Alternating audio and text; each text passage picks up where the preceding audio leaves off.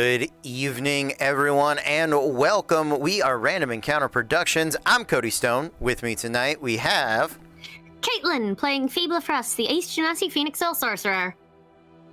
I'm so out of practice. I'm Cole, playing Olaroon Dawnseeker, the ASMR Oath of Glory Paladin.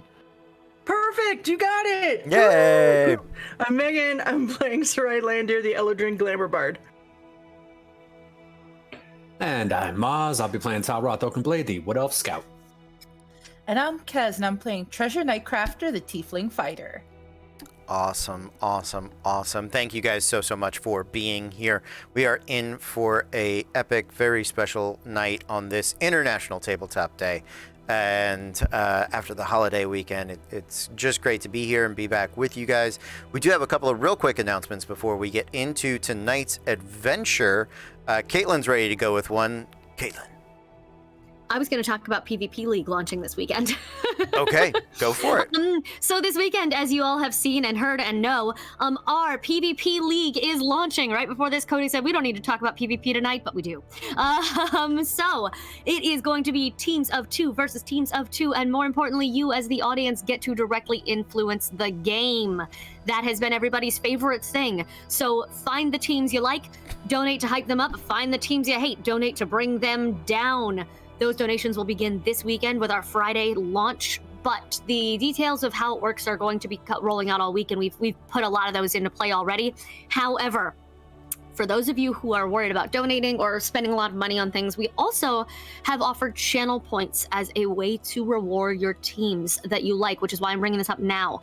Subscribers get channel points faster, A. But B, the longer you watch shows here on this channel, the more channel points you can earn. And then starting Friday, we're going to roll out those rewards that have specifically to do with team donations. So make sure that you are just leaving us up and chatting and doing the things to earn channel points. And like I said, all subscribers earn them, I think, at 1.5 times or half or twice as fast or something. I'll find the ruling, but they earn them faster, essentially. Yeah. So there are free ways to hype up and green box auto clickers. Yeah. Mm-hmm. There's a favorite extension on Google ever. Great, good to know.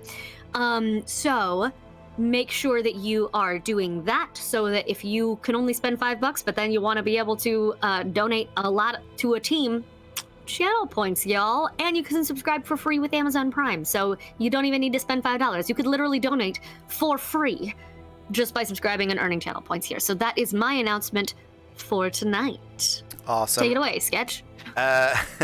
Megan, you want to talk to us about Norse Foundry? Do I ever? So we are sponsored by Norse Foundry. They're an awesome dice company. They make metal dice, bone dice, gemstone dice. They're absolutely gorgeous. They work with Elderwood Academy to make their dice boxes and vaults. Really excellent quality stuff. If you use our promo code REPRPG, you get 15% off of your offer, which is no small amount, let me tell you, kids. So go ahead, go to Norse Foundry, open up a separate tab and go to Norse Foundry. Browse while you're watching. It's the start of Pride Month. My queerbies, love you all. So, you know, get the gay in your life some gemstone dice. That's yeah, me. I'm the gay in your life. Buy me dice. That's what I'm buy me dice. Thank you.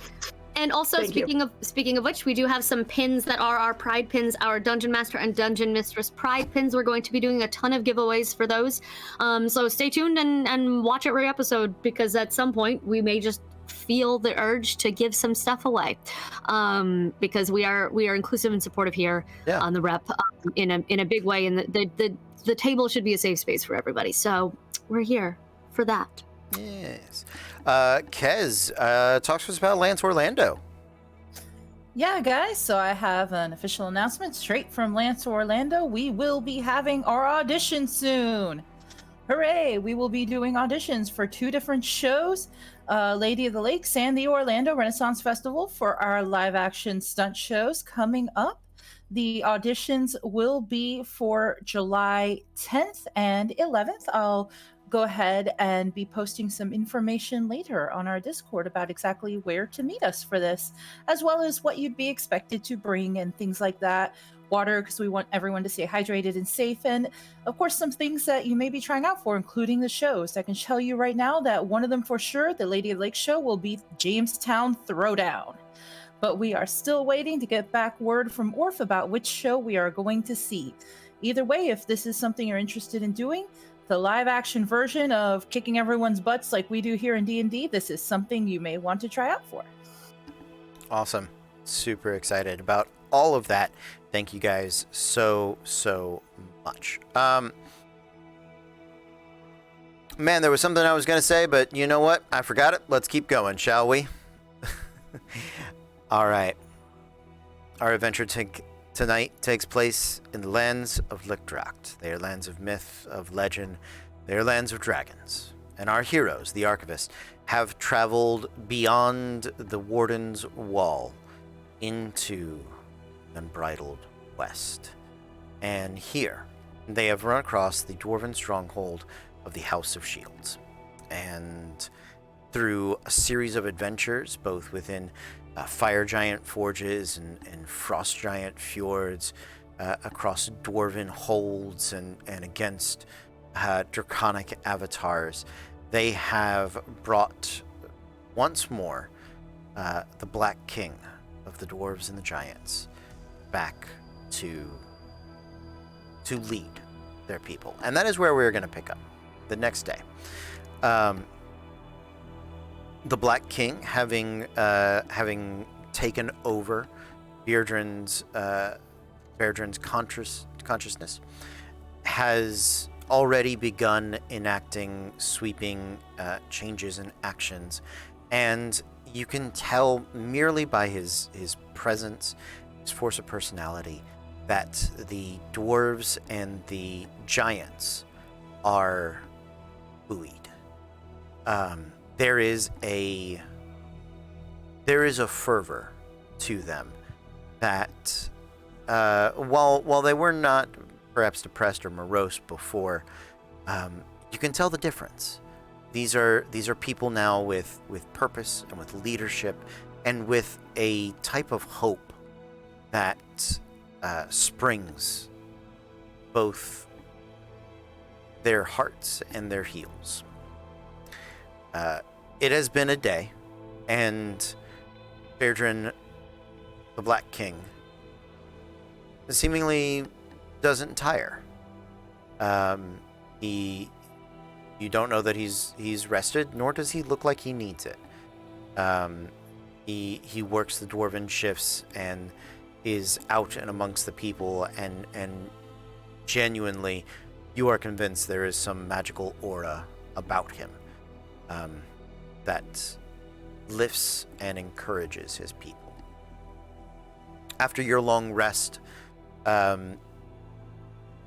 Hadric has informed you that the Black King has requested your presence in the Great Hall, and he says he knows that you are owed quite a few rewards for your services, and it is to that end I think he intends to make good. Now, I wish you the best, my friends. I'm off on an expedition with some of the one of the fire giants and a platoon of dwarves were to secure a specific cavern. It's been a pleasure knowing you, working with you, and fate be kind. I look forward to seeing you again. Yeah, I would actually reach out to clasp his forearm. Yeah, absolutely. Just kind of pat him on the shoulder and just, we'll see you again sometime. Of course, my friend. Of course. I expect some good stories when you're back from that expedition. I'll find my way over here. Every time.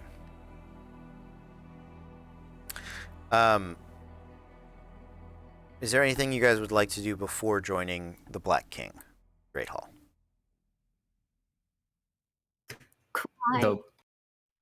There is one thing Talroth would like to do. Okay, Talroth, what would you like to do? This probably would have happened probably before this. Mm-hmm. So just going to the tavern, getting a bottle of just the nice dwarven brandy wine and 2 glasses. Okay. Just find a nice quiet table, not like hidden or anything, just somewhere I could just sit down and just fill both glasses, and then just toast the one glass as I drink mine. Absolutely. It is a quiet and important moment. Sure. Go ahead. The only other thing I would do there, just pull out the ledger that Alvaro gave us all that time ago. Just kind of flip through some of the entries that have been written in, just the quick little summaries of the adventures we've been on so far, and just add onto the next page. Always cremate minor enemies. It's been a rough couple days. We can explain more later. Get cold weather clothing prepared. Okay. I saw hands from Caitlin and Megan. Megan, let's go with you. Okay, the minute they got back, Sarai would go to a corner by herself, and she has 7 uses of sending a day. Okay. So she is sending to... Oh, fuck, but you can't do it to different planes, can you? There's a Screw. chance it fails to different planes. She's trying to get in touch with Ashanye, who's the only, I think, person she knows back at the Shea.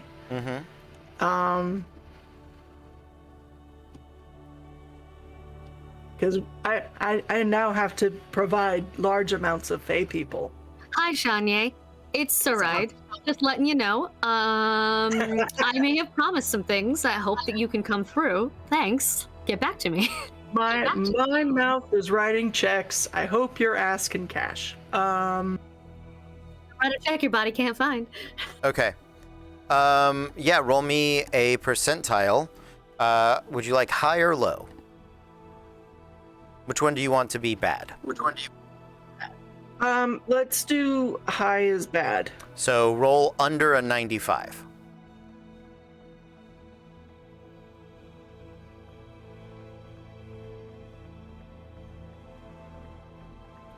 Three. Yeah, that. You chose well. Nicely done.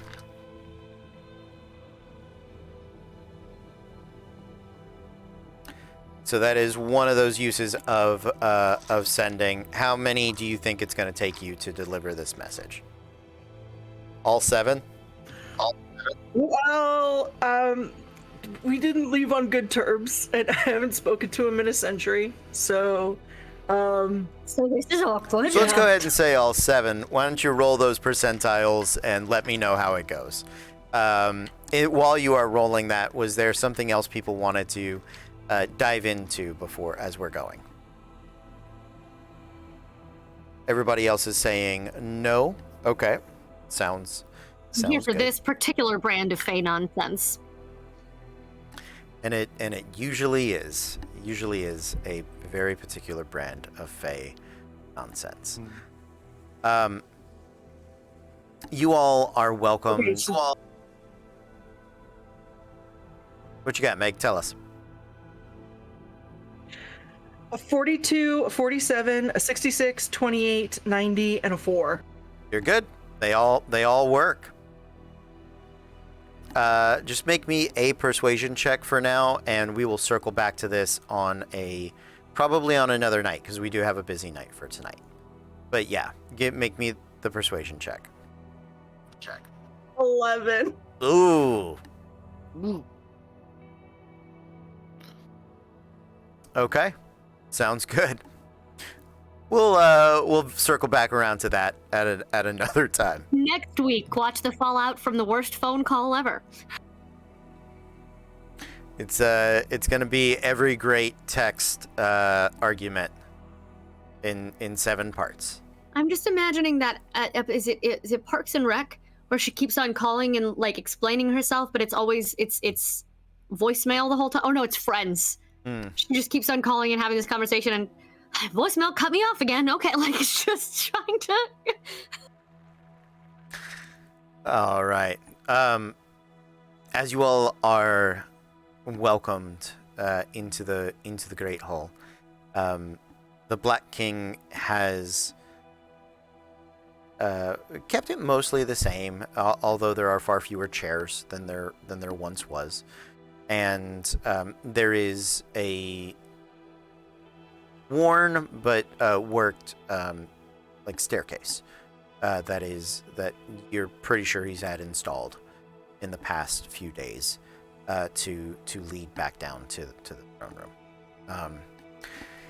My friends, it's great to see you. I know that there have been promises, both old and new, as far as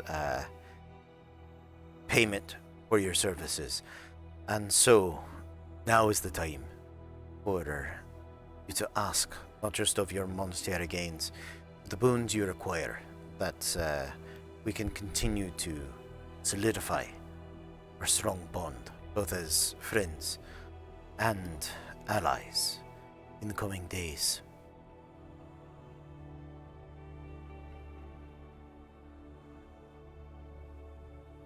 Yes, Cole. Oh no, I didn't do anything, so I'm gonna be the last person to ask for anything. I was like, I was here at the beginning, and I'm here now. Here at the end, the middle. Listen, the Riders of Rohan still got to like participate in celebrating. They were just there at the edge of stuff, you know. You're here now. I like to imagine you were there at some point. Yeah, especially since you left Talroth to do all the talking. That's a bad idea. Yeah, it was. Not as bad as it could have been though, actually. It went fairly well. All things considered. So never mind. It wasn't bad. We're good. Everything was fine.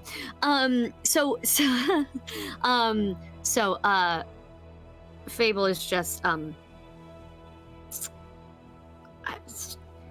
to be quite honest, and I am sure I may be the only one who feels like this.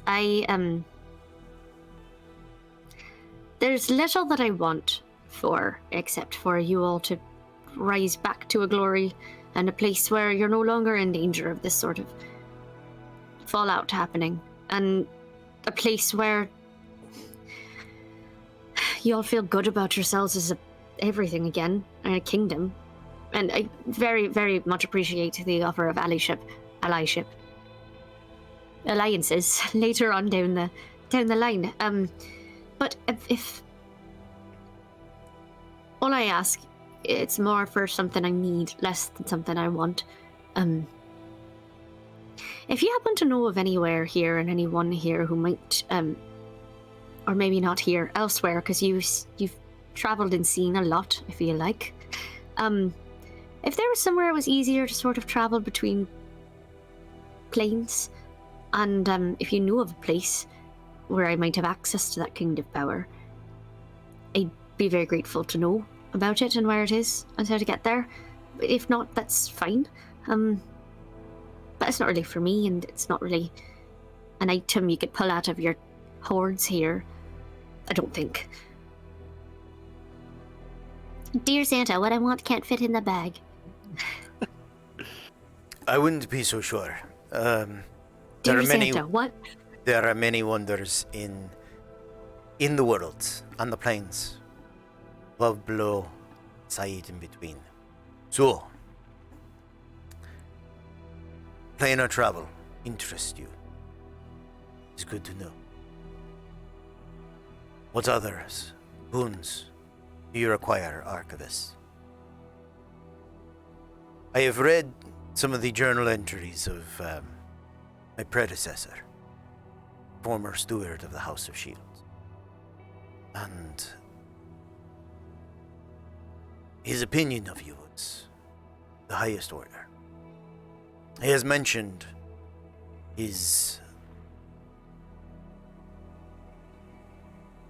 your particular quest, your journey, bringing you towards a place known as the Forge.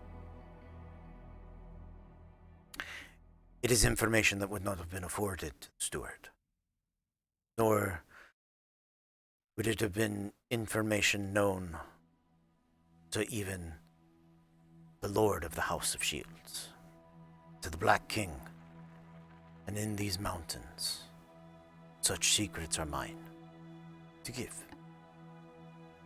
I've told you been informed from Vlostag of the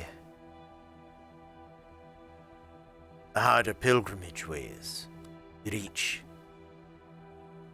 the Forge.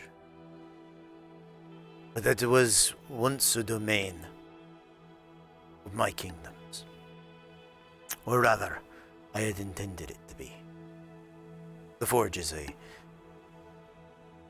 border place, a nexus, a wellspring of power, elemental, primal, creative. Long, well, not so long, for me. But a time ago, I remember a pilgrimage very much like yours. In fact, is a dear friend of mine. And I see at least a bit of his handiwork present here. As his eyes shift from the group, specifically to Olaroon's back, hip. Where's Dawnbringer? On the back. Yep. To the shoulder, where Dawnbringer is. Do I notice that he's looking at it? Yeah, he's not being subtle. He is Okay. he is attempting to communicate that idea. Oh, well, yeah. It's I'm sorry. You're just very big. Trying to. You're good. So I do know of a faster way. It was ours once to protect. You have more than earned entry there, although its guardians may not be under our command. But there's a What's, chance they still are.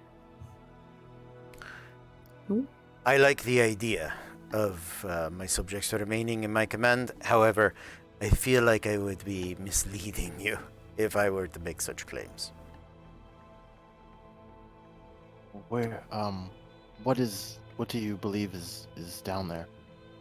A forge. It's been some time. I've been asleep a while. But for my last recollections, a great mechanical guardian, drenched in elemental energies, able to protect the tools that were used to forge those fated weapons.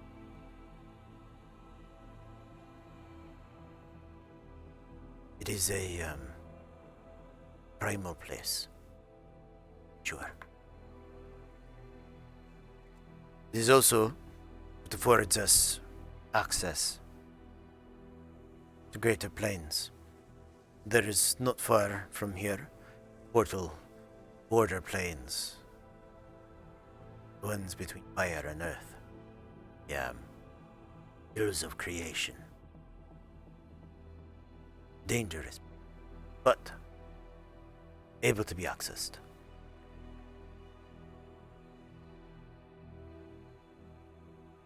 Now, those are the two gifts I know you want. What more tugs at your heartstrings? I have a request from Meg, but she's trying to get her internet back. Sure. Her internet completely went out on her. Yeah. So if other people, I have hers if she can't get back in time, but if not, Yeah, I can vamp and cover if well, we also have the others. we have Yeah. plenty of things. Yeah, go ahead, guys. You want me to go? Kaylin? Kez I'm is saying Okay. you. Okay. Yes, I find myself oftentimes in a weird predicament. I constantly find myself without armor because we're being attacked at the middle of the night. That sounds awful. And it's quite often. And I'm not like my friend Talroth here, who's the most. I'm not the most nimble person. But I've heard stories about armor that could essentially just mold to your body as quickly as a thought. Do you happen to know or have one of those? I understand it's a quite an odd request, but I could really use that. I'm kind of tired of getting caught with my pants down, metaphorically. Of course. I am familiar with such enchants, and it was one we used for the time our scouts. I'm sure in the treasury we have such suits worth wearing.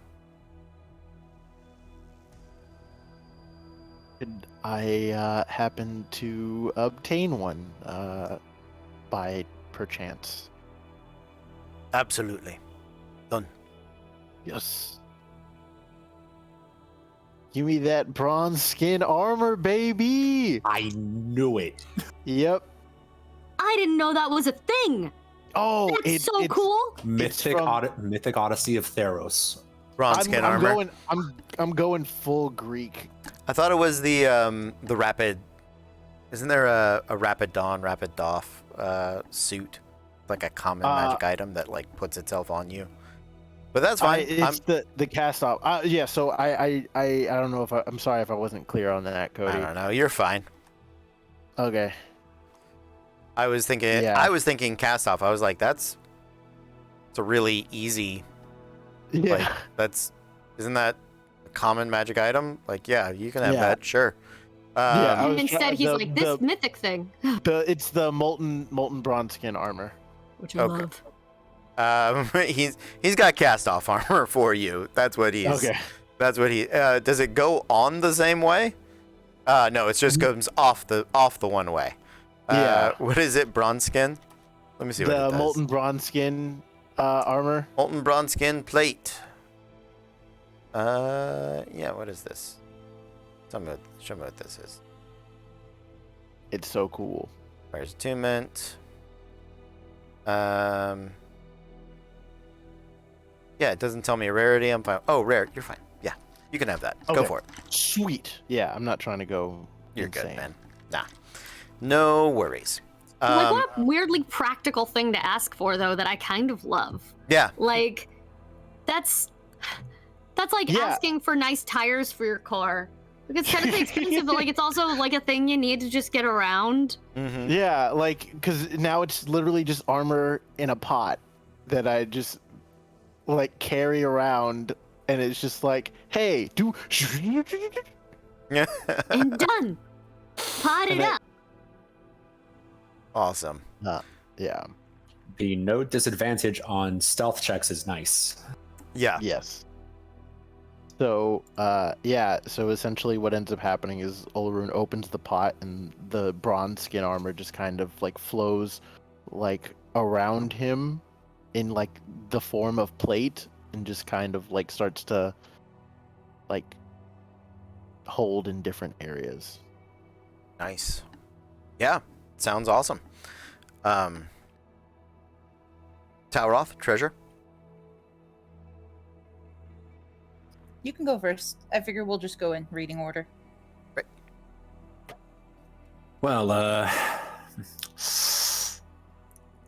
truth be told, there ain't too much that I'm really after, but there's a particular blade that's got my attention that's in the possession of, I hesitate to call him family with how he's behaved over the past few years. Mostly just trying to figure out a way if he might have, or if your predecessor would have maybe caught wind of elf, a little taller than me, blonde hair, carrying what looks like, 1 second, and I'll pull out the double-bladed sword. Half of this. He looks over it. Not much note of elves in recent days, aside from yourselves, of course. But the scrying abilities of some of the items I have at my disposal are worthwhile and may be able to lead you. If he resides within my mountain, then I would know. I would be able to determine where he is. It'll take me a bit to find familiarity with him. As I search the mountains, my magics are still returning to me. However, after your sojourn to the forge, upon your return, if he is here, I will be able to send you to it. I would be mighty appreciative of that. Done. And you, my yellow friend?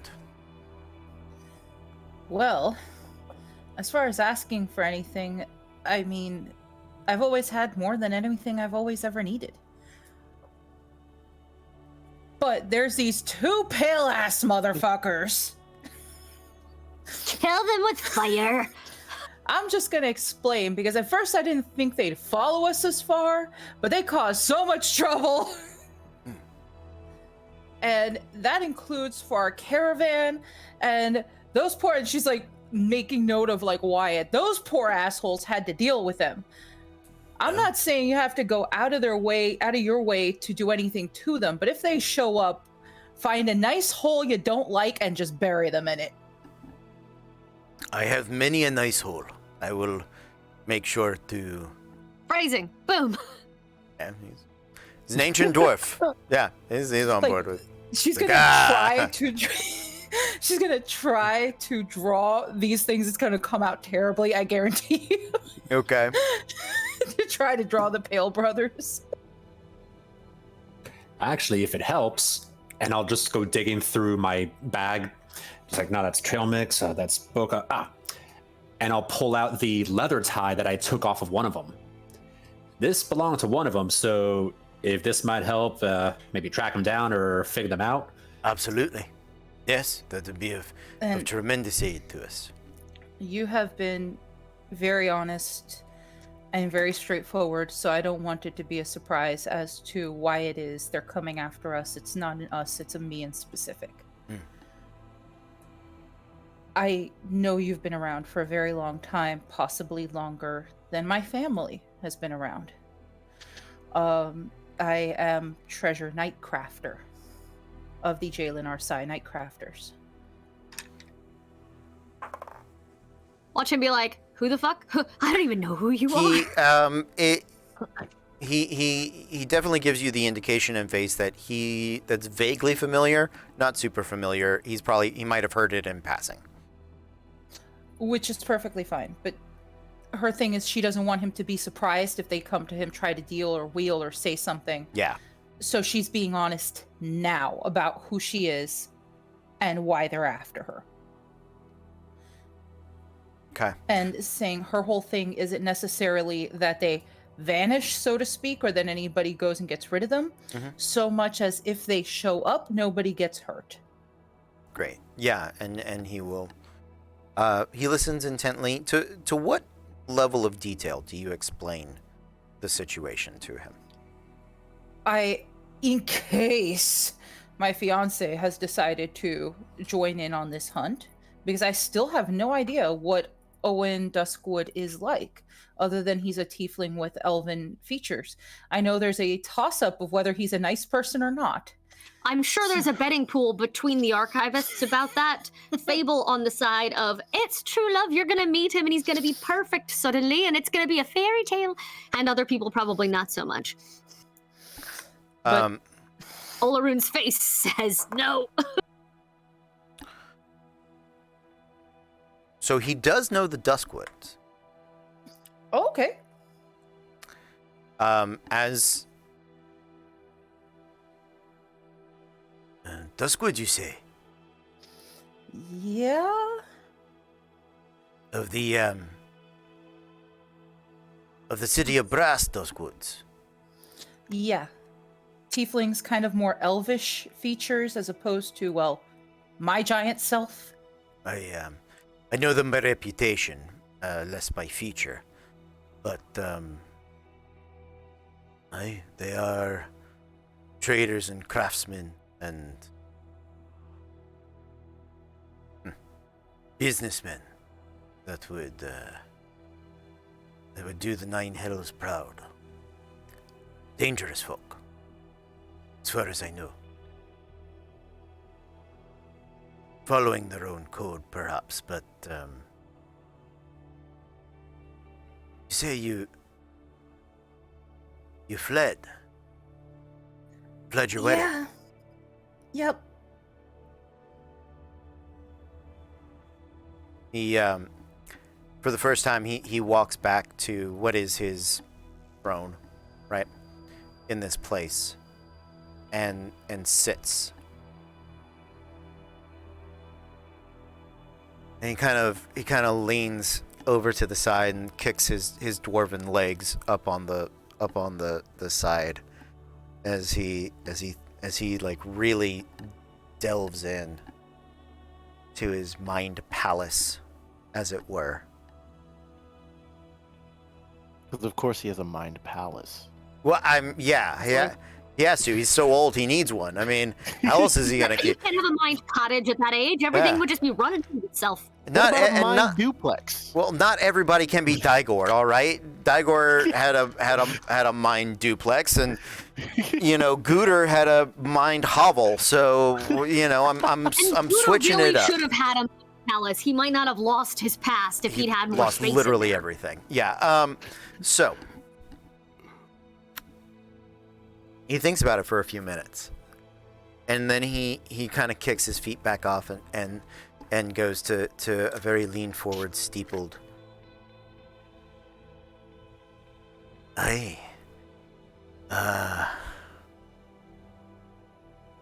Treasure Nightcrafter,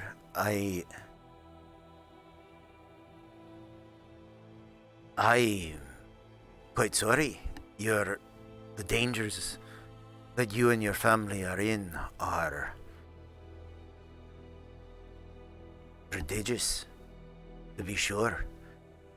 In our heyday, such names wouldn't give me pause. However, in our diminished state, the Duskwoods, not through force of arms, but through magic, skill, alliances, and connections, through a conglomerate and a skillful use of law, the application of, is quite dangerous. And the most dangerous bit of it all is that by not marrying this lad, you've broken the contract, by which any number of things could have been forfeited. Beyond, not limited to, but your family, their legacy, their wealth, the exclusive rights to their craftsmanship, as you have indicated, their own place here on the mortal plane. I can only guess wildly at what nefarious, shall I say, addendums or loopholes the Duskwoods would have included in such a thing. If you don't fulfill that contract, then the dangers of which I can only dampen. Don't know that I'd be able to shield you or your friends from. And I am sorry that that is the case. Were they in my domain, while we believe in the rule of law, we believe in its conscious and, how shall I say, sensible application. Duskwoods don't believe in such things. And honestly, you breaking the contract might be far more beneficial to them. Might be why they've pursued you so fervently. Or perhaps seeking to make sure you never do fulfill it.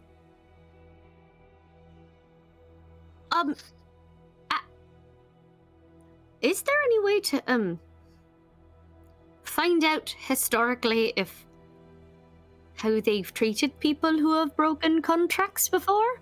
Is this an excuse to go to war? Also, Treasure, is there a prenup that we don't know about that maybe details what will happen if you didn't follow through with your side of things? Because that might be helpful to know, and you might not know, but we could find someone who does. You're assuming I know what the word prenup means. My mom handled all that. Great, okay. We may need to have a chat with. So the contract would probably be with her, or with the Duskwoods within the city of Brass. Both are dangerous places, from what I understand. That would be how you would seek that out. I cannot provide you much aid there, and I'm sorry that I can't. You provided me information, and that's way more aid than I've gotten to this point. And I appreciate that. And just if those pale motherfuckers show up, Understood. Yeah. Just to clarify something, you mentioned City of Brass a couple times. Is that kind of like them red brass dragonkin that we tangled with before? Oh no. Those are dragons of the elements. They are as they claim, true breed of dragon. Upstarts in dragonkind, blending chromatic and metallic bloodlines together along the elemental lines, creating a political movement, as it were, within the dragonkind. They are fervent haters of the great game and seek to re-establish the glory of Dragonkin by bursting through the Warden's Wall. And while I have no love for the players of the great game, they are a lateral move at best. As you can see, they have wrought destruction in my kingdom.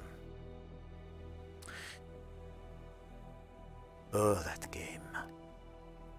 Well, this just got very interesting, and I'd like to officially withdraw my betting pool for One True Love, if I can get whoever has that coin back. No, it's got okay. Maybe it'll be all right. No, sorry, Febble. All bets were final when we took the I'm ante up. sorry, I forgot the fine print. I was drunk when I made the bet. It's fine. But you know what? I still believe in the power of love. It can supersede binding contracts and the potential for war. I think. When you mentioned the great game, like causing like doom to his kingdom, I'll just be like, what? The game is responsible for all of this? In a roundabout way, the game's why I led these dwarves and giants from the field of play. Led us into the talons of angry dragons. We find ourselves caught on the precipice between two mighty factions, and my people have suffered for it. Here. There is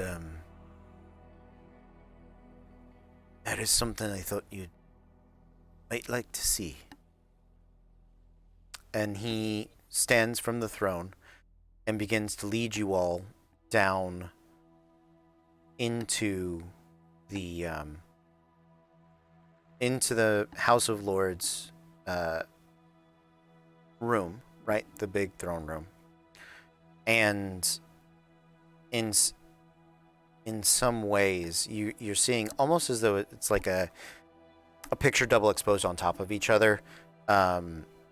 The other throne rooms that you visited from these different fortresses, all sort of overlaid, and as you look at them, each of the murals sort of interlocks and creates a grander design, and all of it lines up very well with the Black King's domicile. And as you get closer to the center, it becomes more and more the Black King's throne room. Apologies, I'm still reintegrating all of this. I know you come from the east. It was your offer, not just of aid, but the idea of a new force within the playing field that truly caught my attention of you. This is something I have held in great reserve. My perhaps greatest treasure. And while it was one I had intended to personally take and lead back east, is for now one that I think is better put to service in your hands. This is the field of play. And he presents a map of Lichtracht, specifically the region from the ocean to those mountains. Sort of our first two maps, right? And on it, it's more complete than what you've ever seen before. And on it, you can find markers of the players of the great game. It was through this that I was able to lead my people west, avoiding the machinations of such players. It is highly sought after and very dangerous to them. And as far as I can tell, there are only a handful of them. I had hoped,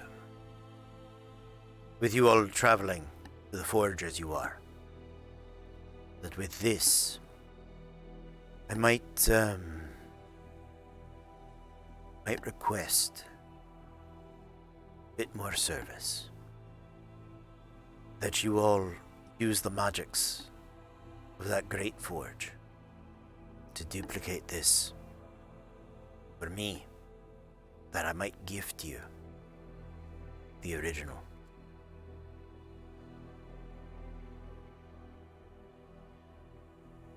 I'm going to solidly say that yes, we will absolutely try to do that. Yeah. So Olaroon's just kind of staring at the map, kind of looking at like the players and the moves that they seem to be making. Is there any that seem to be like going towards what seems to be like a domicile or like a town or like something where there just seem to be just kind of people like just kind of trying to live their lives around there? Of the players that are active that you can see. Sorry, I'm grabbing my maps so that I can... Thank you. And you saw my message? I did not. Meg was out for the night, so I was going to say screen share. Okay. Her internet's completely gone. Oh, I had not seen that. Okay, give me a moment. I will get you. I just figured since you were talking Yeah, about yeah, maps, yeah. that was very good timing. Huh? Yeah, absolutely. We can start here. And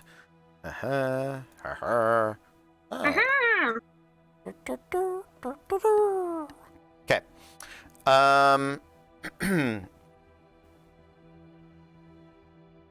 You know what? Let's do this. We're gonna take a quick break. I know it's a little early, but I need a moment to revamp. And with Meg not being here, we got to some things a little quicker.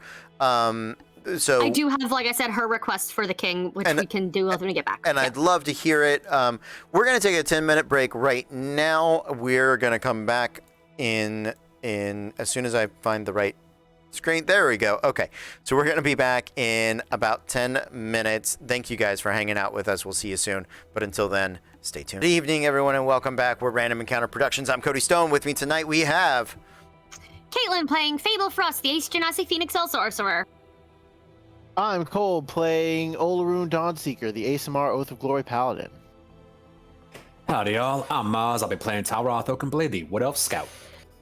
And I'm Kez, and I'm playing Treasure Nightcrafter, the Tiefling Fighter. All right, guys. So jumping back into tonight's adventure, the Black King has just revealed to our players, the Archivists, his map of the field, of the playing field of the great game.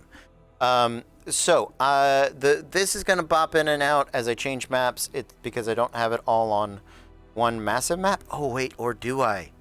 Oh man, Cody making decisions and having problems. It wouldn't be disasters if I didn't. I thought I made one. I did make one. I don't know where it is. We're just gonna keep going, folks. Olaroon, yeah, make me an investigation check as you do. Investigation. Could I give him advantage and help him out? Absolutely. Oh, well, let's see if the digital dice continued to screw me in my last game. Are you serious? Well, it's a good thing you gave me advantage because it's a natural 20. Hey, nicely done. Yeah. So the reason I have up here map 3 of Lickdracht, as opposed to any of the ones that are further east. There we go. I know my directions. I can do this. Is that this is specifically the closest of them, and you are looking at down here in the lower left-hand corner. Red things are. Here are some Warden Towers right here. And down in this corner, it's unlabeled corner, behind these mesas, is where, get his name right, it's currently where the Lich is you can see the emblem of his influence sort of spreading, and it is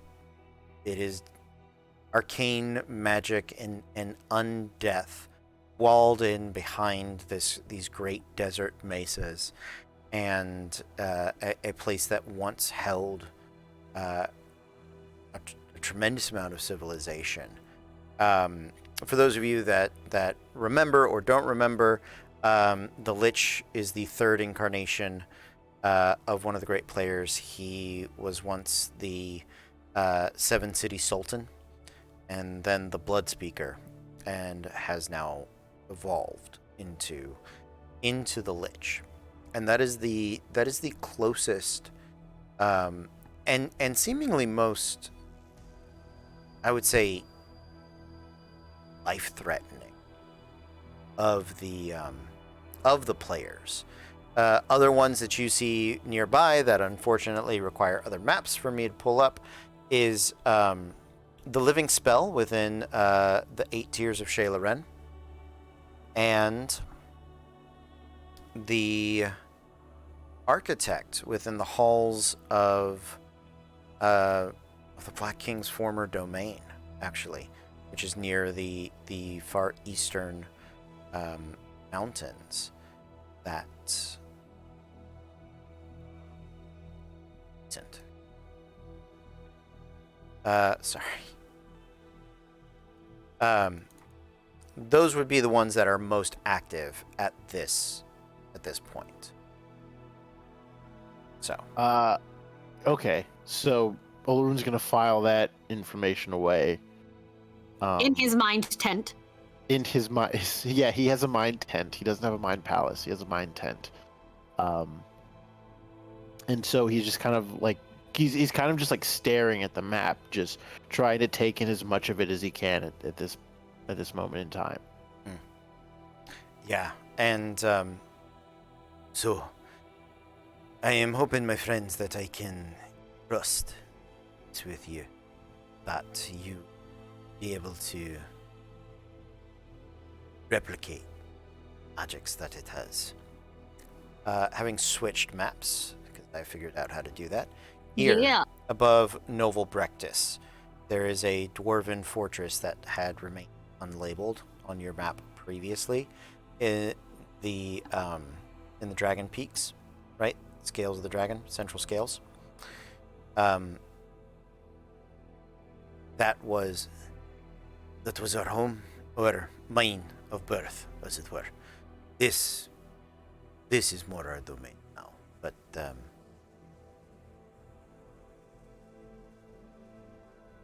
he thinks back and can tell to his mind, the guy that kicked him out, Mechanical Monarch. It's how he remembered. So, and that's the Architect? Yes, that is Okay. the Architect. So, yeah. Olrun will also look at that, and he'll just go, that's awfully close to home. They often are. Yeah, there are. I mean, if you guys do you want to know where more of them are? Is this important to you, or what do you want? Well, so we're just gonna go at but we're gonna make a copy of this, right? So that's the plan. Yeah, the plan is Okay. the plan is for you guys to make a copy. Yeah, or if you can try to make more than one if you're able to. Yeah. But yeah, to do that, you guys need to get to Go, Talroth, go. Go Talroth, go Go, Talroth, go. Talroth, go. This is your moment. Well, there's just two that I'm curious about. Sure. Well, three technically. The first one, since we had it marked on the map before, Castle Diabolic, Yes. is that still showing up in the same area? Yes, it is. Okay. So that was more just like the reference point for me. Mhm. The two that I'm curious about is there any activity where Talroth's home is, especially after everything is close to home? So where his home is, his current home is, right? We're talking, remind me, we're talking Feinaista.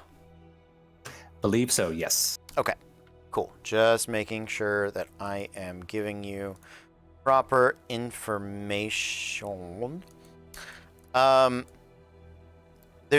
not everybody is on the map, partly because they're not necessarily active at the moment, or they don't have machinations happening, right? The closest person, the closest player of the great game to your home is the Spelljack.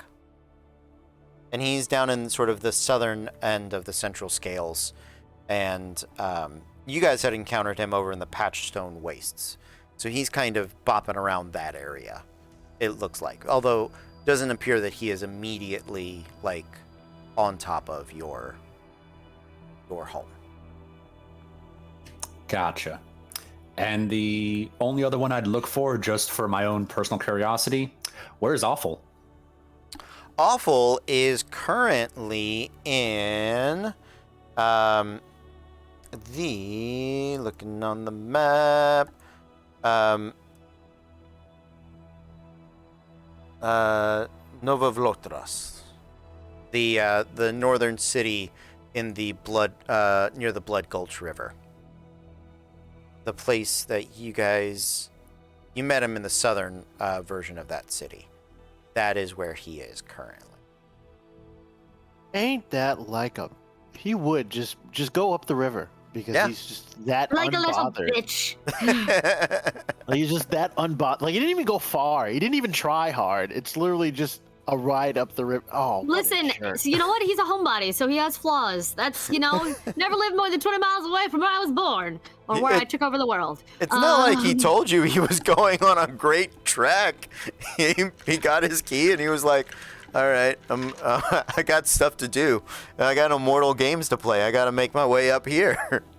Making my way downtown, sailing fast. Sailing slow. He's taking his time. He's He's at a spa while we're all freezing our asses off, isn't he? He's just like waiting for us to show up. Like, it took you long enough.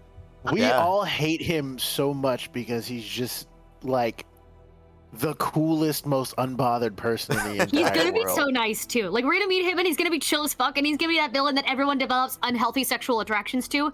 Cody, if he's not, you failed us. I will. Make him the do Dark my One. best. Make him Daddy Darkness. Let's go. Yeah. So he is in Vloden Narvakt. How did that river get destroyed? My map. That's not good. There it is. Come back, river. Okay. Just around the river. Where did it go? No, he's in Vloden Narvakt. So. Cool. All right. Yeah, those are the main things that I was looking for, because I know there's going to be a lot of stuff to study on these maps. Just Yeah. Yeah, he lets you know there's a little delay. It's not like in real time, because it doesn't measure them. It measures the impact of their machinations. So, but it'll definitely get you in the neighborhood, and will help you out tremendously in that. Fable, would you mind passing on what Saride was gonna ask for? Yeah, it's perfect. She actually, as we're mentioning this, she Is she in the chat? Hello, Saride. I don't think so. Oh, okay. So speaking of liches, Ace curious, and I'm not gonna try to be Saride. I'm just gonna be Fable. But a member of our party, a friend, was asking for their sort of a boon, granting, wish, reward thing. If you know of a way to how shall I put it, to extend someone's perhaps pre-shortened life by without becoming a lich or anything dangerous like that. I get the feeling there's a life expectancy difference, and they'd like to manage it without someone having to give away their eternal soul to be an undead monster forever. Well,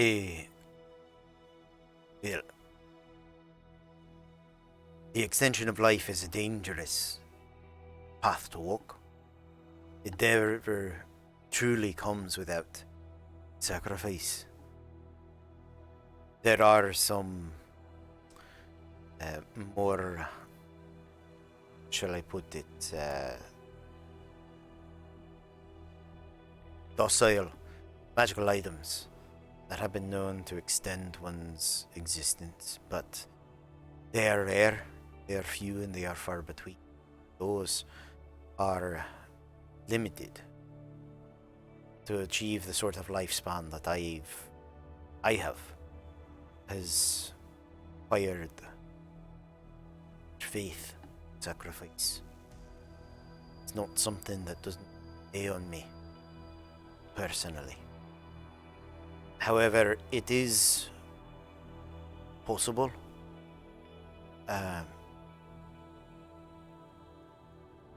believe as I scroll through my options here, a potion of longevity, but they are said exceedingly rare.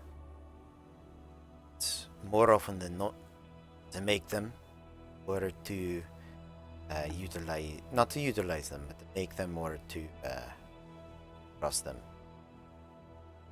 Require some form of sacrifice. He assumed as much. But, that's such a long night, are we?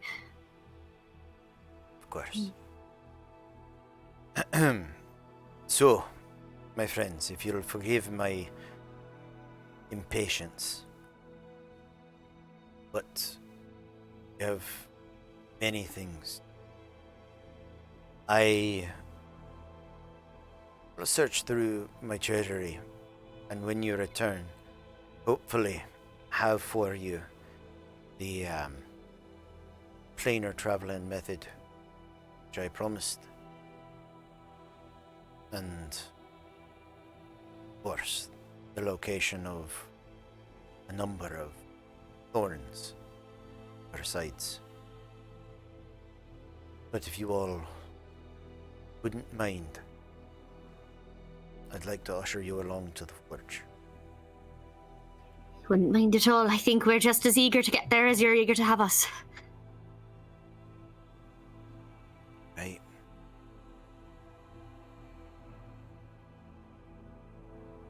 Quick question to everybody else. We want to clear this place out before we strap along Wyatt and company, right? Oh yeah, no, that's going to be that poor boy's been through a lot.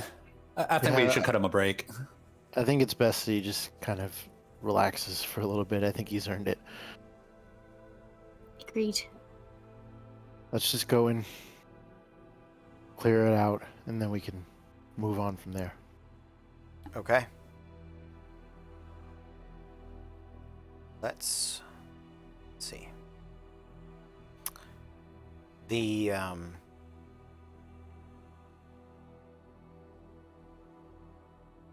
Black King, as you can see, all of his all of the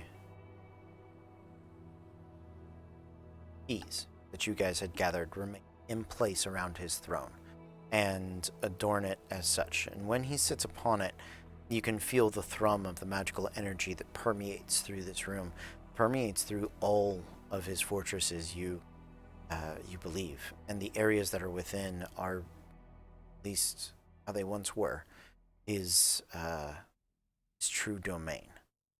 And it is from this seat of power that he is able to reach into the ether and open the portal between here and the forge. The magic, as it surges to life, even that does very little to dampen the rush of heat that seeps from the portal itself. Never have you guys, even traveling to the frozen fjords of the north, never have these portals failed to prevent a rush of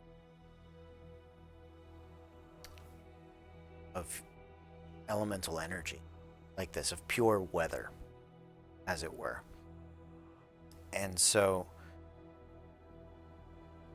he looks at you all.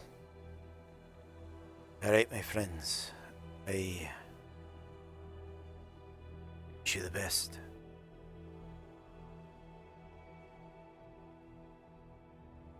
Sort of nods his way, nods you direction.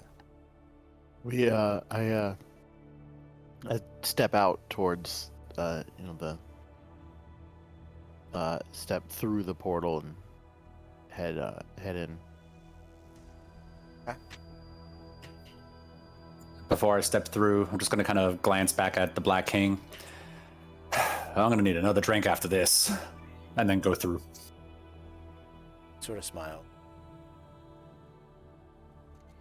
Fable, before she steps through, crafts out of ice this little if you've seen Stardust, it's the snowdrop. It's that little flower that is meant to, it's protective, symbolically and magically, and then she just crafts this little and holds it out to him and says, "To keep you all safe while you rebuild and everything, and we'll be back soon." Treasure it. Off you go. Treasure just salutes. Keep one cold for us. I'm sure Talroth is gonna need a third. All right.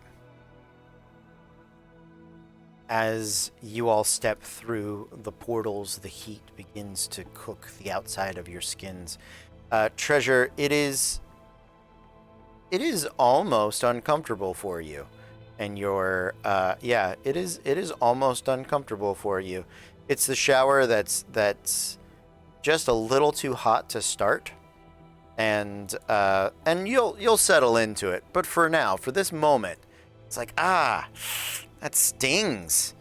For everybody else, wow, this is awful. Oh yeah, just Fable has gone just fire and ice war in her body recently. Just come on, for fuck's sake.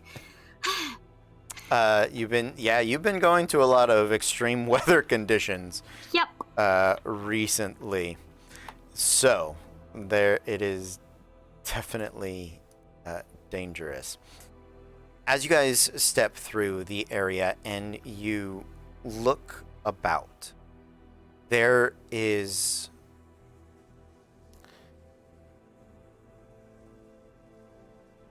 the room, the hall, the building here.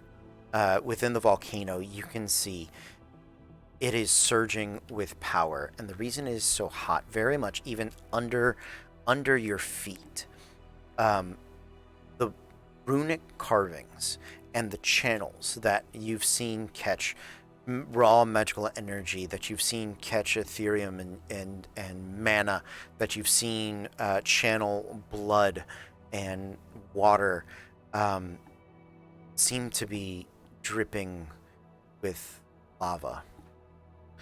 Down the columns, they magical patterns, and across the floors, and beneath your feet you can tell there's the grid, and none of it is raw lava, it's all stone, and probably very thick stone, but the little places where the lava is channeling, where it's running through, is heating the floor so much that these cracks, these little grout lines, are glowing red, the same way the coils in like a toaster oven or the top of a stove do.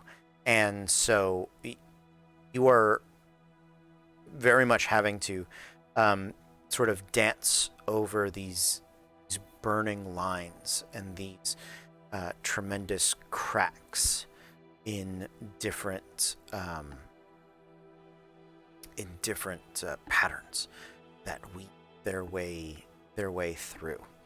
And as you guys are traveling, you begin hearing in the distance this hammering,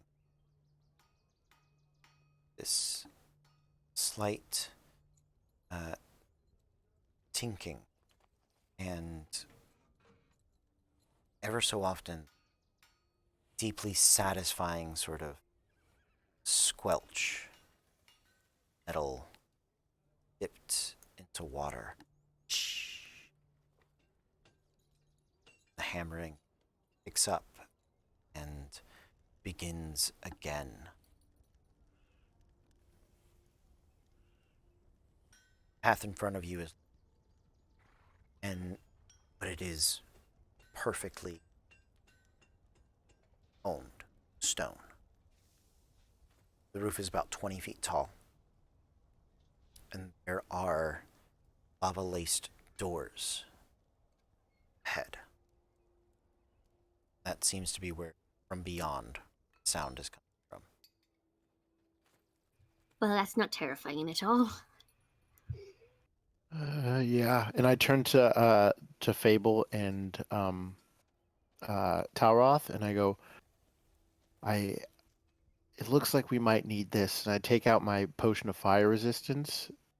It's like, when do you think you're gonna need it? Give it to the sneaky one. I do better when I break a little bit. Okay. So I hand it off to Talroth. So you now have a potion of fire resistance. Thank you. This it's a little warm in here, ain't it? Yeah. It's not the most comfortable of places. I'm glad we came first instead of bringing Wyatt and Troop along. They would have Yes. fried the moment they walked.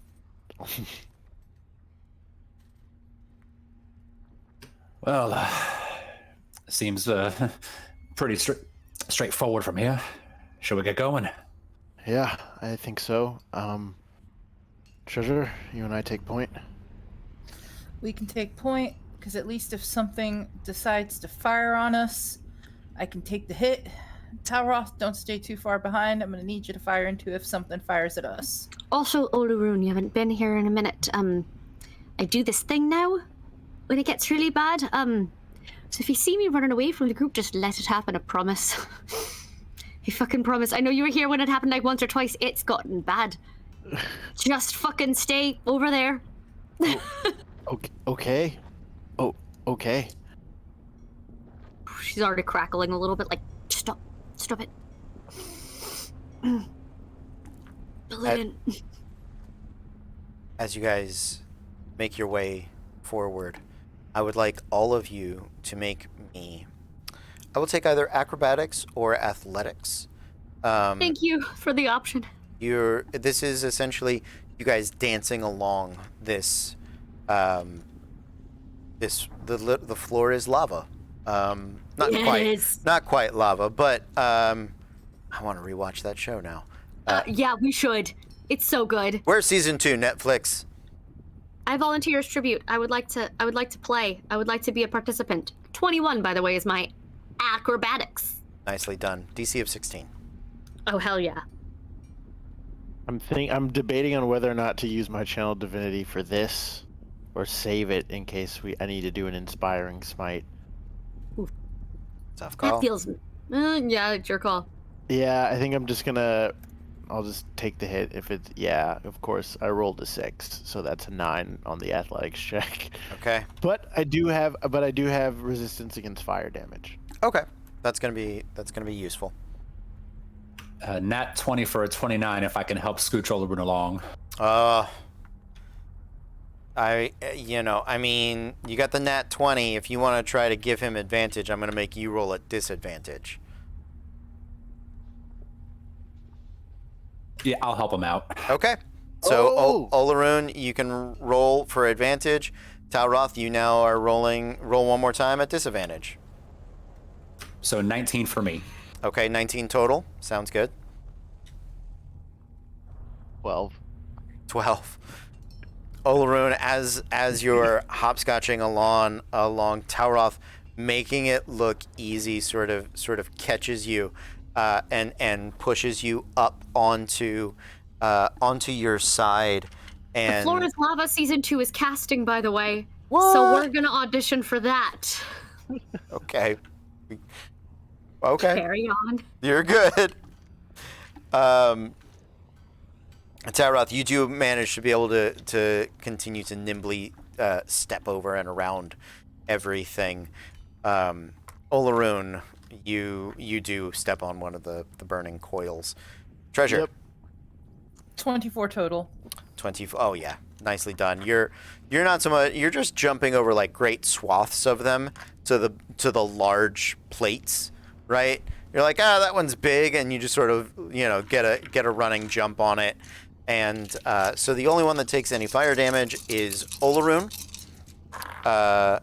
Olaroon, that is going to be, with your resistance, it's 20 down to 10 points of fire damage.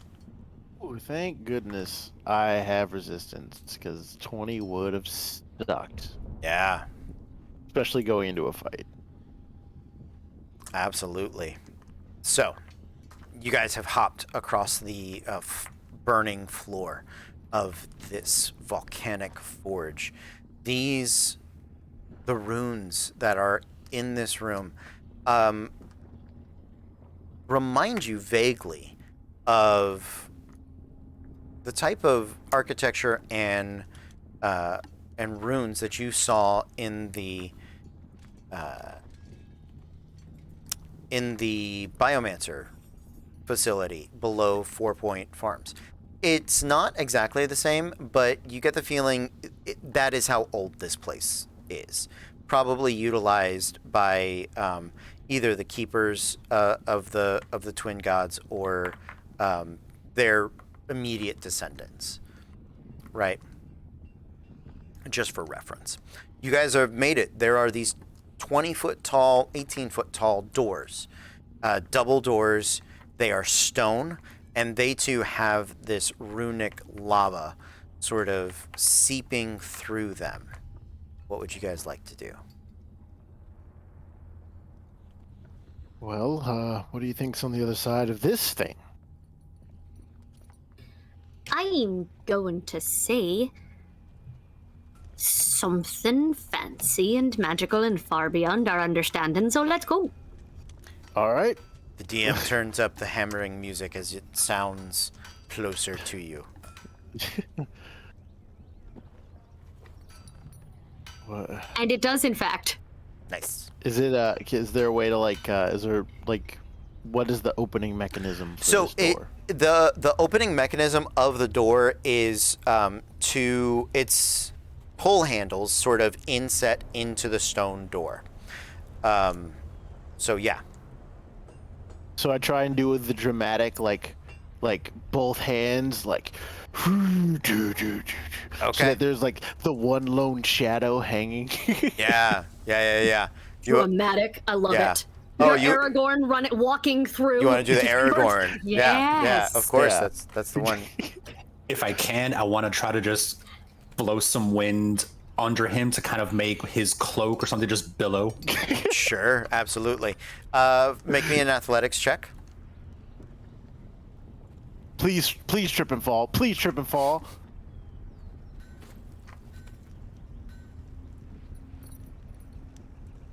The wind's too heavy. It just. Wait, was that for me to make an athletics check? No, Olaroon. Oh, you need me to? Oh, good grief. Yeah, to open what the have you done to doors. me? Yeah. Oh, I'm here sorry. we go. You know what? An Yeah, you're not athletics supposed check. to just stand around, This- buddy. Like, Oh, this is why. This is. Yep, I'm channeling my. I'm channel divinitying right Okay. now for this. This is the moment is I was the waiting moment. for. this To is give me this is the moment. advantage on this athletics check. Okay, that's a 19. Yeah, absolutely. So, also make me a Constitution saving throw. Okay. It was a. By the way, it was a 19 and a 3. Ooh. Yeah. That divinity, though. Well, you are in a place of forging, and your god is a sword. So, like, I feel like that's appropriate. 27 on the con save. Oh yeah, absolutely. So you're gonna take half damage from the handles of this door are burning. So you're gonna take a quarter damage.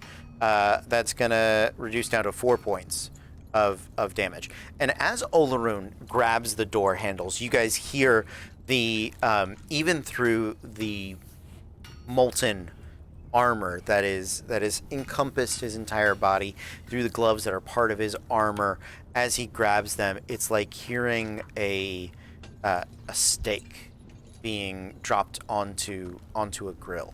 There is that sizzle, and he gives it a pull, and as a dramatic sort of jerking motion, you can hear the not so much stone break, but like the sound of sort of the magic and magnet sort of sliding apart, right? And as he does that, as the doors come pulling back out and open, the little beads of lava that have been running through the door, suddenly out of sync with their channels, begin spilling out and cascading back behind him. I need everybody else to make dexterity saving throws.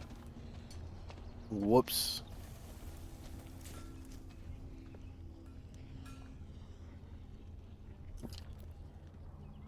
Everyone gets +5, by the way, because they're within 20 feet of me. Well, there you go. Well, then 26, buddy. That's a 22. Constitution, right? Dex. Dex. Dex. Oh, ugh. It's very different. 18 plus whatever Olaroon gave me, because that has no dex. 23. +5. Yep. There we go. So, because this is Dex save against an AoE, Talroth, I believe, evasion kicks in for you. So, that is 11, 14, 25 points of damage, reduced to 13 for Fable. Fable, did you take the potion of fire resistance? No, it was Talroth. I'm just making sure. So Yeah. you take 13 points of fire damage. Treasure, you're going to take 7 points of fire damage after your resistance. After my resistance, 7. Yep. Okay. Yep. Yeah, 25 total. Down to 13, down to 7. Yeah, seeing all that happen, seeing the lava, I'm just gonna take out that potion, just drink. Okay. Now is the time I have this drink. Yeah. As you guys open up the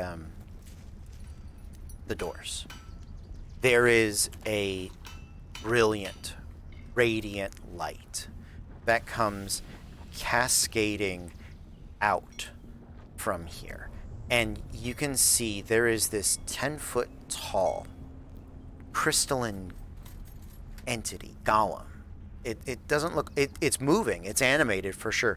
There's no flesh to it. There's nothing that is living about it. And in the center is this magnificent glowing core of energy, and it is surrounded by these crystalline shapes and sort of geometric geodes, double geo there, into this humanoid form, and it's the sinew of it is arcane energy, but the muscle, the bone structure, and it is a very refined looking piece.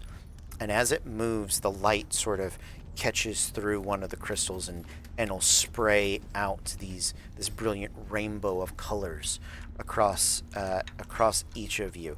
At this distance, it's not harmful, nor is it painful, but you get the feeling if you're close to this thing, there's a good chance that light will blind you.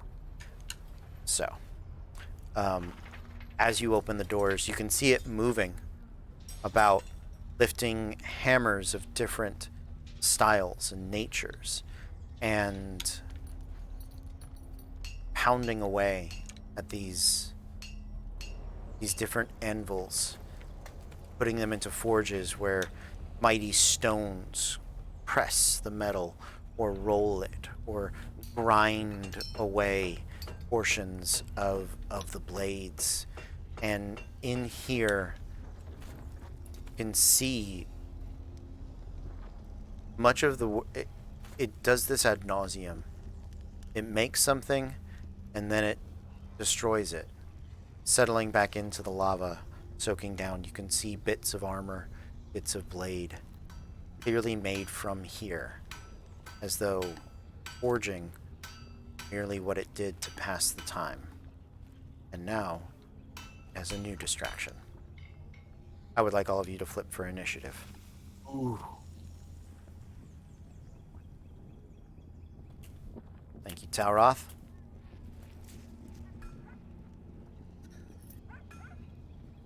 Olaroon. Queen, baby! Hey! King, bitches. One sec. Pulled out the wrong deck. Pulled out my Malifaux deck. Olaroon saw almost a grabbed that too. face card It has to be his last game. That's This is the finale. yeah, this is the farewell. This is it. This is when Olaroon dies. Oh no, this is how he goes. This is how he goes with the finally getting face cards. Oh God. One sec. I'm just. But you know what? It's okay that it's okay. I'm only saying it because Megan is in chat. It's okay that she's out. We wouldn't have had a healer anyway. Oh. Yeah. Oh, don't That's do a that. lie. If your internet starts working again, please pop the fuck back in mid-fight. Just come back in. We'll get you in. Let's go, ma'am. All right, Treasure, what did you have? I had a 2. A 2. Okay. King is up first. Fable. So it is attacking us. Good. It's prepared to, and you were told there would be a guardian, and it Then would this probably not like you. Free action once again. Hello, my name is Fable. Would you like to be my friend? Every fucking time, just in case. And if not, I apologize in advance for this. Bonus action, Mantle of Flame. Okay. And it fire. All right. I am going to. So this one is not fire. It's not fire. It is not. It is crystal and magic. Okay, I'm fine with that. Crystal and magic is fine. I am going to I haven't used that because we've taken a long rest. May I please? I'm going to switch to some How far away is it? music. 60 feet. I'm going to move. I'm going to scatter. I'm going to spread out from the group. I'm going to go 30 feet to the left or right. I'm going to circle around so we're not in an AoE if something happens. And I would just like to cast a first level chromatic orb. Let's just get simple with this, all right? Let's do it. Let's just have a nice, simple, happy little fight. Let's just, how about I roll to hit before? Yeah, let's do that. The dice roller's been nice to me tonight. 16. 17 is its armor Fucking class. hell! As your chromatic orb comes flowing towards it, it shifts just a little bit, and off of the crystalline geode, the chromatic orb twists and pulls off to the distance. Oh, well, like I said, I did that in case you wanted to be friends. She will ride that friendship train to an early grave, and one day some monster will accept it. It's true. One day. But Not it shall this not be day. this day. That is But correct. it is not this day. Yep. Up next is Olaroon. Oh, you guys are in reading order, and I just put my guy here in between Tauroth and Treasure. Hey. Hey, Okay. it's easy. So for how me. far away is the golem guy from me? 55 feet. 55 feet. Okay. So what I'm going to do is move my full 40 feet, so I'm 15 feet away from him, Okay. and then use my action to Radiant Soul. Okay. And as I do it, I'm gonna be like,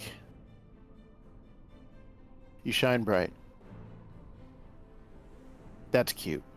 And then whip out Dawnbringer and go Radiant Soul, and get all glimmery eyes and wings and stuff.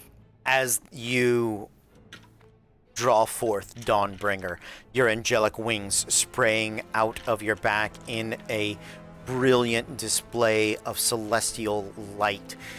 You come rushing forward. You hear from Dawnbringer, "Now is the dawning of a new sun. This is where I was born. This is where it shall die." Yes. And then, Yes. as a bonus action, I will cast Divine Favor on myself, Okay. giving me an extra D4 radiant damage on my attacks. Sounds good. Tauroth, you are up. Is anything engaged with this thing within 5 feet of it? Olaroon, what was your total speed there? Did you get within 5 feet? Nope. 40? I'm 15 feet away. So nothing is engaged with it yet. And how far away from me is it? 55 feet. I was putting you up near Olarun. All right, let's see if this works. So, I'm gonna go ahead, draw the swords, just kind of mullinate them a little bit, get some of the winds kicking up. But as I'm running up to kind of match up with Olarun, I'm going to flip one of the swords to reverse grip and just kind of whip it around like I'm using it to kind of yank at the wind and just drag the wind straight behind me. Okay. And I'm going to cast Wind Tunnel at the Crystal Golem. Nice. All right. Tell me what that does. Yeah, you cause the wind to create a localized vacuum of wind to lash out towards a creature within range. So I have to get within 30 feet of him. Okay. Make a melee spell attack against the target. If it hits, they take 1d6 bludgeoning damage. And if they are large or smaller, they get pulled up to 10 feet closer. So I'm trying to yank it towards Olarun. Yeah, absolutely. It is a 10-foot size creature, so go for it. That's a nat 1. Oh, no. The wind kicks up, but the ash of the forge just sort of blows past it, and it dampens the light ever so slightly, but it looks dramatic and awesome. So, the crystal golem, feeling you tug at it. Was there anything else, Talroth, before I go? That would have been my action. So yeah, I'll just Zephyr Strike as a bonus action just to get that rolling. Okay. As you kick on Zephyr Strike, the crystal golem, the hammer that it wielded drops to the ground as it comes, not even lumbering, just sort of gliding with arcane fervor across the molten floor towards Olarun. It closes that distance and is going to make 2 slam attacks. And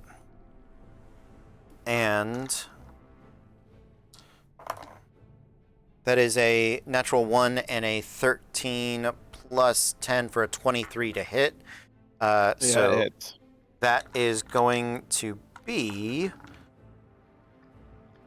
yes, use the crystal dice with the crystal golem. All right, well, that was a poor choice on my part. 8 points, 14 points of bludgeoning damage on that attack. Oof. Do I get my sentinel? I don't know how close Olarun was next to me. He had moved forward Okay. about 25 feet at that point, 30. So he's not within 5 feet of you. But he can be now if you would like. Yeah, it is my turn. It is your turn. Yeah, I what do you got? I have to make a concentration check for divine favor. Please do. 19. I'm good. All right, sounds good. Treasure.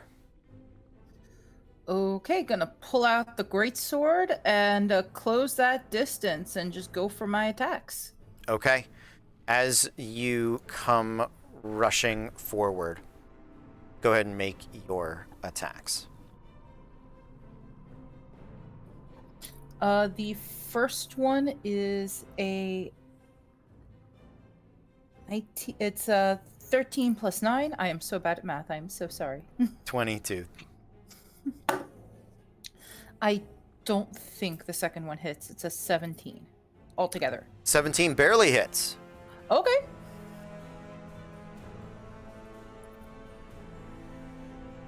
So 2d6 plus 5. Let's do that. We don't roll ones in this house, Treasure.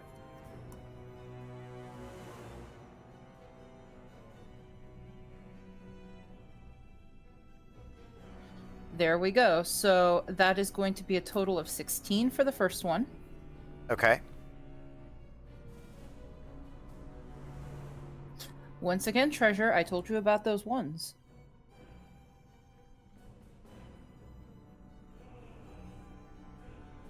Treasure being obstinate. 7 plus 5 for a total of 12. 12. There we go. Got you. I would like you now. Is your weapon magical? It is adamantine, but there is no magic on it. Ah, okay, but it is adamantine. Okay. It is. Let's see. Do me a favor. Roll me 2d20. Roll me 2d20 at advantage.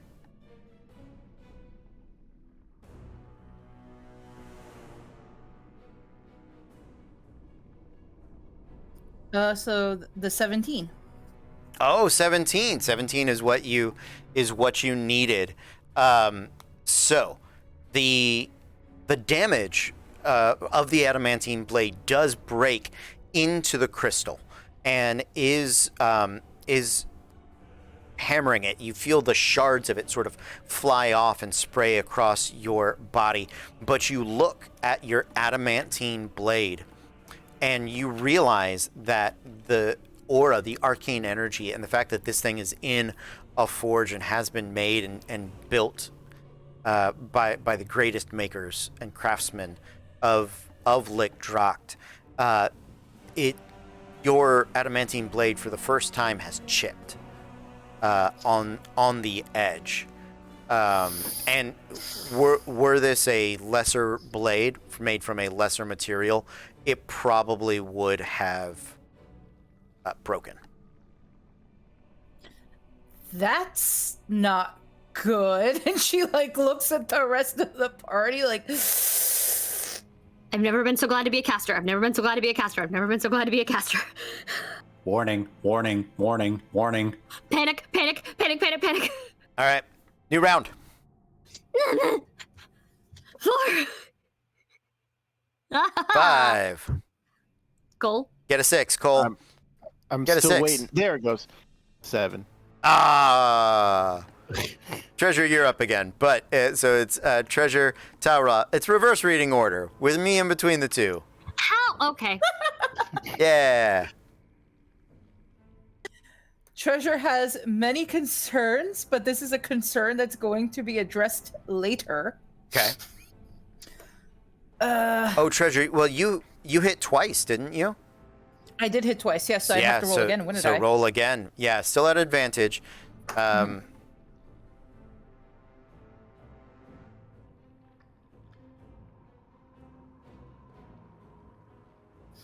Also, that's 17. Okay. So I got 2 chips now. You do. Yes. Go for it. Well, better the sword than my knuckles, at least for right now. Because Sure. that would suck. Yeah. So I am going to attempt to hit it 2 more times. Okay, let's do it. That's a 27 on the first one. 27 is going to hit. Another 27. So I'm just shy of my crits both times. Yeah.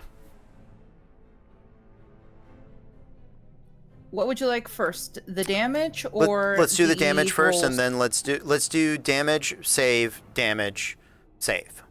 please. Because if you Treasure, we don't roll 2s. because if you don't save, the second hit doesn't happen. We don't roll 1s either, Treasure. Come on now. Treasure, you dumb yellow bitch. Okay, there we go. Max damage on that one. Nice. What is the total of that? 17? 17. There we go. I remember. Thank you for not rolling a 1 or a 2 this time. So that's a 14. 14. Okay. Let me go ahead and roll my... I did those out of Well, order. yeah, roll the save first, and I'll take the I'll put the 14 back on if I need to.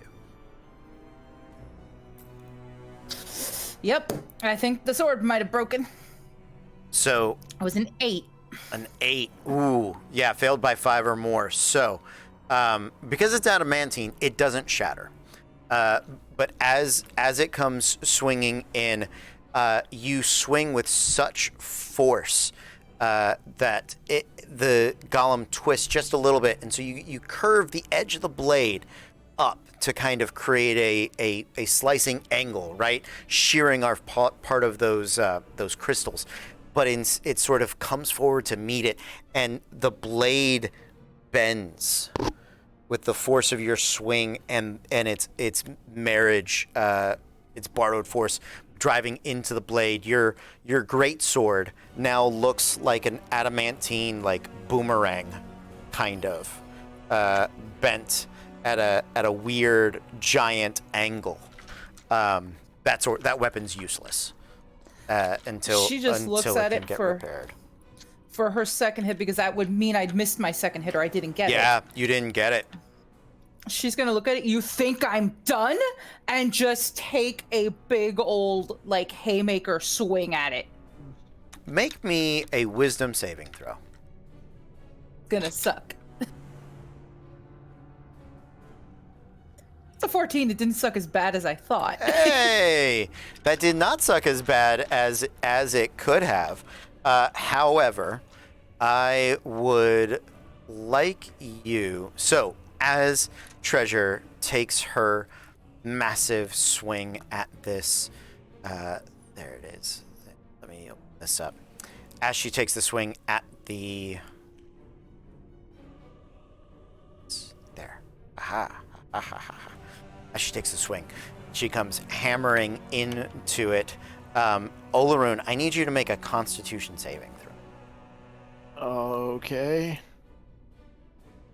I'm sorry for whatever I just did. 22. Okay, great. So you do save. However, you are going to take half damage, which is going to be... Right, I remember why I did that with this thing, because it loves D12s.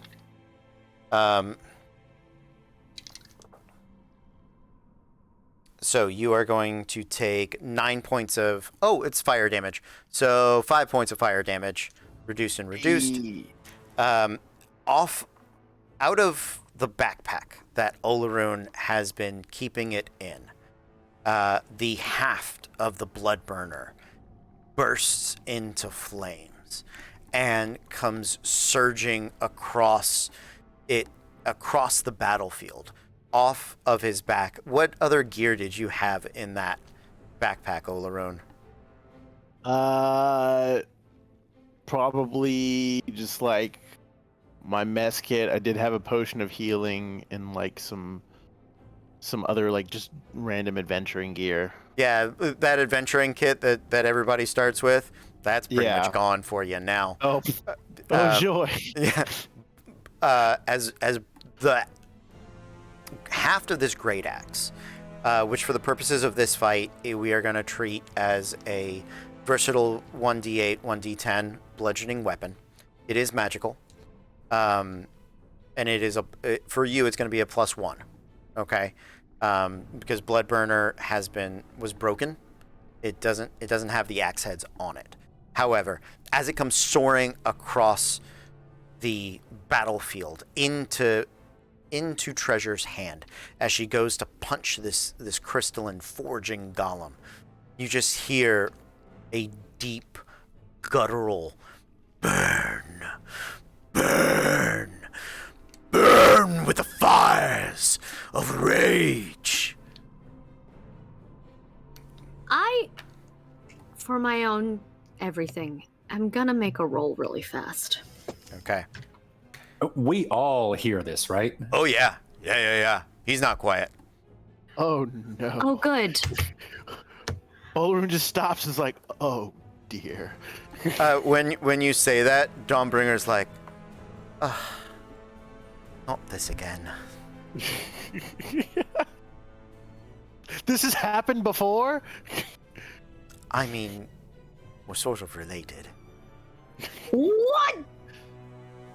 They were made at the same time. I know. Yeah. Fuck. You brought two siblings to their like birth home. Parents' house? Yeah, to their parents' house.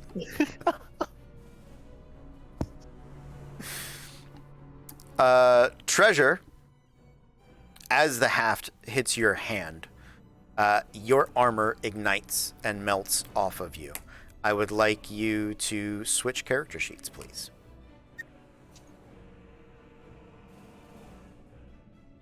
Everybody can probably hear me shouting upstairs. By the way, I realized I'm being loud.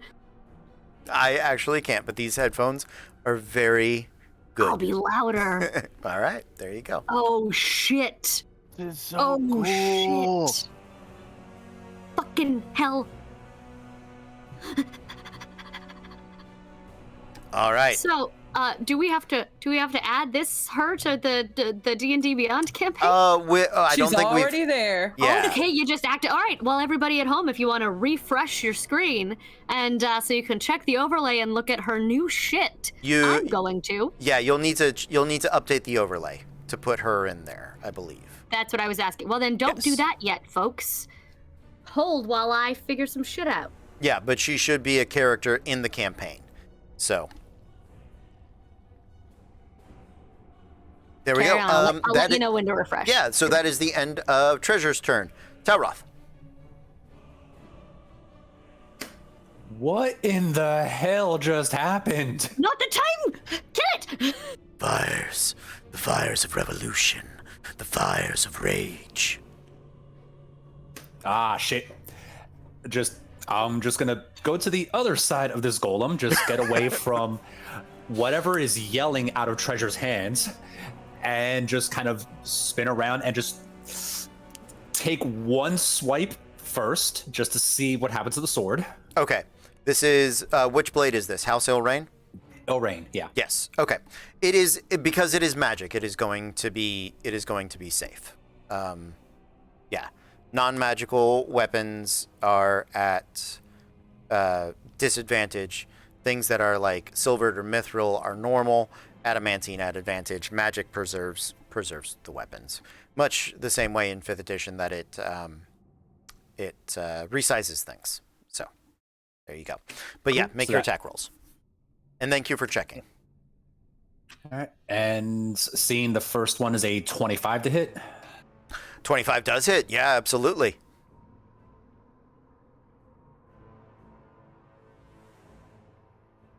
So that's 7 from the sword, and since this thing is engaged with Treasure and Olaroon, that's 15 from the sneak attack, so 22 to Nicely damage. done. Yeah, sounds good. And just quickly checking, sword's okay. Sword is okay. Yes. Spin around and just take a slice with the offhand. Okay. Sounds good. Natural 19. It was so close to a nat 20. That nat 20 has been teasing you for weeks, but it will get there, I believe. Okay. And this one's only 3 damage off that one. Okay. Sounds good. So that was a total of 25, if I'm not mistaken, correct? Yep, 25. Nicely done, Talroth. All right, Olaroon. Okay, so Talroth is in melee range with it now. Yes. Okay, I can't leave him there by himself then, because it's a bad move. So I will run up. You're in melee glowy. with it. Remember So it did move up. Yeah, Yeah, because it it tried to did- hit me. Yeah, it had moved up. 'Cause So you, it Treasure, didn't try to hit me, and did it? Talroth are all in melee. Yeah. Okay, so I just also I'm just like, holy crap, as Treasure turned into this like barbarian person. Yeah. She's the embodiment of y'all ever get hit so hard your class changes? And she did. Yeah, clearly. But I'm just gonna be like, okay, and then just attack twice against the creature in front of me. Okay. So that is probably not gonna hit. That's a 16. on the first 16 attack. just misses. Yep. Okay. Second attack. A 26. Absolutely. That'll hit. Okay. So I'm also going to put a second level Divine Smite into that. All right, let's do it. So let me. So first I will roll regular weapon damage. Of course, I roll a 1, so that's 9 points of damage. But I also get a D4 from Divine Favor. Mm-hmm. That is a 4. Okay. So we are up to 13 right Okay. now. And now the 1, 2, 3, 4 D8 from Divine Smite. And the bonus, it's 4 because of the bonus with Dawnbringer. Yes. For those of you at home following along and we're like, that's not a second level Divine Smite. It is with this sword. So it is with this sword. So that's another 20 points of radiant damage. absolutely So 33. awesome. As the radiant damage hits into the crystalline golem, you can see the central arcane energy begins to kind of absorb that light. What do you got? And I also forgot they get another 9 points of damage because I'm all radiant and glowing and stuff. That's right. All right. More glowy damage. This is the Glowy damage. Yeah, man. That's what we're gonna call it from now on. Technical terms. Glowy damage. Technical terms. I'm a Like professional. these are click clocks. It's glowy damage. Duh. Yep. It is the golem's turn, and the golem is looking a bit rough at the moment, but everyone that is within 10 feet of it, which should be 3 of you, I need you all to make DC 17 Constitution saving throws, or you are blinded as the radiant light sort of pierces your eyes. Cole, I'm going to give you advantage because of Dawnbringer on this one. Like, you spend a lot of time with a very bright sword. Like, it's... And what, what saving throw is this? Constitution 17. Constitution. Okay. Advantage. Ho. Yeah, you know what? I still fail. Oh, well, I rolled a 3 and a 7. So my highest was a 15. oof. You just hear Dawnbringer tisking you. I don't know if the mic Well, picked it up. that's embarrassing. No, you're making me look bad in front of my brother. I'm just saying. Listen, Olrun does not need any more disappointing his parents' trauma, okay? It's true. I know. I'm sorry. Sad Kumon kid! On the crystal golem's turn, you watch as the energy. So it looks like its attention shifts focus from Olorun and Dawnbringer to Bloodburner and Treasure, and it's the crystal begins to sort of shake and it falls to the floor, and then out of the lava, parts of the burning armor that had been on it come surging forward and reform into a armored golem. In this form, you can see sort of the fire still kind of burning within it. It is going to make one slam attack against each of you. Oh no, it has a sword now. Ha ha! A sword and a slam and a slam. So Treasure's getting the sword and the other two are getting slam attacks. All right, in reading order. Natural 19 against Olorun. A modified 19 against Tauroth. And a modified 22 against Treasure. So I think everybody gets hit on those. So, for Olorun, that is going to be 21 points of slashing damage. And for the other two, I'm just going to roll once. That is going to be 18 points of slam, bashing, thump damage. Yeah, And divine favor is gone. yeah. I'm gonna uncanny dodge that thump. All right, just one thump then. You get 9 points of damage there. That is it for the Guardian's turn. Over to you, Fable. Oh yeah, and at the, you're just kind of trying to hold her fucking self together, but at the call to flame, essentially. Essentially is not a word. Essentially at that call to flame, she does. But not in the normal way. Almost as though she has no control over the casting of it. She just, from her very center, just bursts out. If you're looking closely, it looks like it is trying to be a dragon, but it shifts and becomes instead a phoenix spirit as I cast Summon Phoenix Spirit.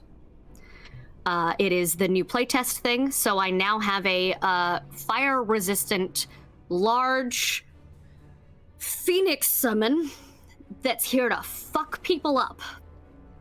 And she looks at it in absolute terror because that's not what she meant to do. Okay. Okay. Cool. When I summon the dragon, or in this case, Phoenix, choose one of its damage resistances. I have done so. It is an ally to you and your companions in combat. The creature shares my initiative count, but it takes its turn immediately after mine. It obeys my verbal commands, no action required by me. If I don't issue any, it takes the dodge action and use its move to avoid danger. It's not at higher levels, because boy, I can keep on leveling this shit up as I upcast it, but not right now because it's my highest level spell. So then, if that was her action, she is going to take no bonus action. She's just going to almost automatically just kill. That was her command. Okay. And on its turn, it is going to go do on the golem thing a breath weapon. Okay.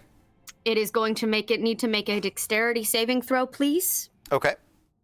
It is resistant to magic, so it'll make it at advantage, but it does have a -1 to dex saves. So that is Great. a 4. No, it fails hard. Okay. Great. And so that is going to be that's 2d6 of whatever my damage type is. And that is going to be it's the choice of damage type that my dragon has resistance to. So yeah, automatically it's whatever damage I'm doing here. So and it's fire. It's Phoenix Spitfire, obviously. So that yes, thank you. I'll take that. That is 10 fire damage, please. Okay. To Lay Buddy. The fire from the Phoenix Spirit begins to heat up the metal of the golem, and then much the same way the golem had absorbed the radiant light that Dawnbringer had put out, it absorbs the That's fine. The We're gonna hit him again. you watch as the fire seems to heal this form of the golem. It didn't. The Dawnbringer didn't heal it because Dawnbringer is it's built here. It's an exception, but it seems like it has a form to absorb the different damage types, specifically based on which arm of the Fated it's facing. So, apologies. You're good. I'm good. Great. Next. That's good to know. Yes. That's good to know. It is. We didn't know that yet, right? No, you didn't. You didn't know it, and it's only 10. So you know Great. when it's iron, don't hit it with fire. Yeah, we're good. It's good knowledge. New round. And she knows now, bitches. Yeah, she does. Yeah, she does. Olorum back to the bottom. 3. Yeah. Okay. Yeah. Fable, you are up Literally again. the lowest I can roll. I'm right there with you, Olaroon. That's fine. She is going to try her best to pull her own fire back and just and ice. Okay. Problem. Bad day. I would like to once again I'm gonna attempt to correct. I forgot I could do that. Hold on. Yeah, that. Let's try that. All we knew is no fire, correct? Correct. We haven't tried other shit. All right, bonus action. I am going to cast Icing Death's Frost. Okay. It is, oh, I have to move. I'm gonna move to get within 15 feet of it. Okay. But can I get it so that, if I aim up, I'm not hitting my friends? It's a 30-foot cone. Can I? Yeah. You have enough movement. You're gonna have to kind of move around to the That's fine. side because Olaroon is flying. That's okay. So yeah, I'll I'll give it to you. Cool. Because I realized I forgot to ask that with the dragon breath. It was the same cone situation. So Oh. cones, yeah. Yeah. I completely forgot because it was new. So I would move to that, and then I will please make him make a Constitution saving throw, please. Okay. Constitution saving throw. It's like my one bonus action spell I have. It's great. Okay. So it is a 16. Succeeds. It is on a successful save, it just half damage. That's fine. So it Yeah. doesn't take the extra effects, but it will still take half damage of 3d8 of ice Okay. damage, specifically cold damage. So Awesome. we'll see how it does with cold. Oh, I was doing damage on this. Hold on. I cast 3d8 cold, so that's 13 halved, please. Got it. 7 points of cold damage. Yeah. Thank you. And that does work. That does work. Great. Yep. Then for my action, I will then just hit him again, and I'm going to cast a 3rd level chromatic orb. Okay. Roll to hit, please. Yes! That's a 22 to hit, motherfucker! Yeah. That'll hit. Yeah, okay, good. He's fire, I'll be ice. We can make this work. Ones, I get to re-roll. Or no, not re-roll, I treat them as twos. So Yep. 28, 29, 30, 31, 32 points of, no, not 32, because I'm not adding fire. 29 points of ice damage. There Okay. we go. I remembered not to add my bonus, because it's not what I'm doing right now. Nice. And then on its turn, seeing that the fire did not work, the phoenix summoned with no name, but that she feels deeply connected to and is terrified of, is going to oh shit, I have multi-attacks, but I'm not going to do that now because the breath weapon didn't help. Just the bite and claw. So it's a melee weapon attack. Your spell attack modifier to hit reaches 10 feet, one target. Okay. Hit is 1d6 plus d4 plus the spell's level of piercing damage. Okay. So, since the spell level for this is 5th, it is, my spell attack modifier is +7. Okay. So, that let me roll to a melee weapon attack. Okay. 17 exactly. In the iron form, his It's armor much- is 20. That's fine. That's good to know. That's okay. That is okay. So, Sorry, guys. you okay? I hit the mic. I hit the Oh, mic you're on fine. the It table. didn't really do anything. What I'm trying to figure out is really fast. I couldn't choose to forego the breath weapon for the multi-attack, could I?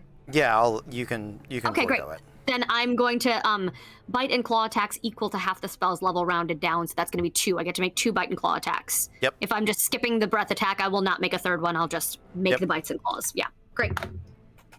I'm going to use luck on this one actually, and I'm going to roll a different die because Okay.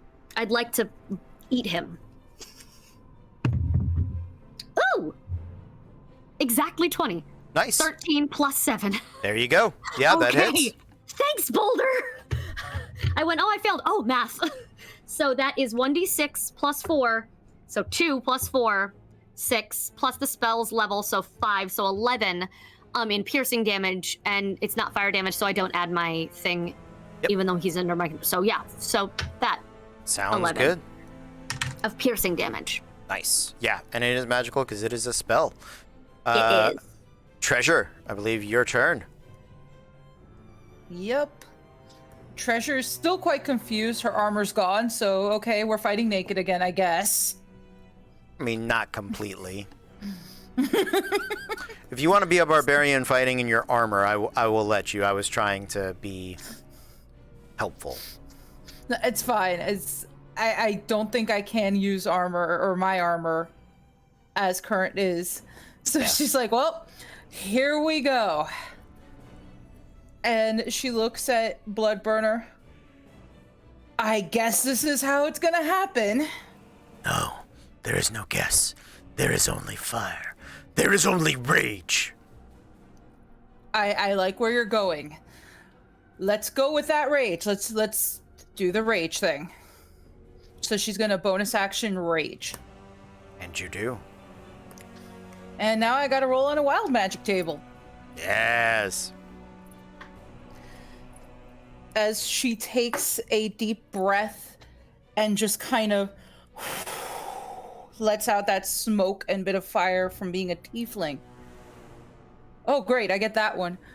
Shadowy tendrils lash out from all around you. Each creature of your choice that you can see within 30 feet must succeed on a con throw or take a d12 necrotic damage.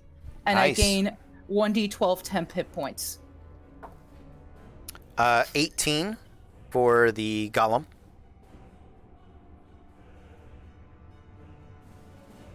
I gain 8 temp hit points, so let me put that there. Okay.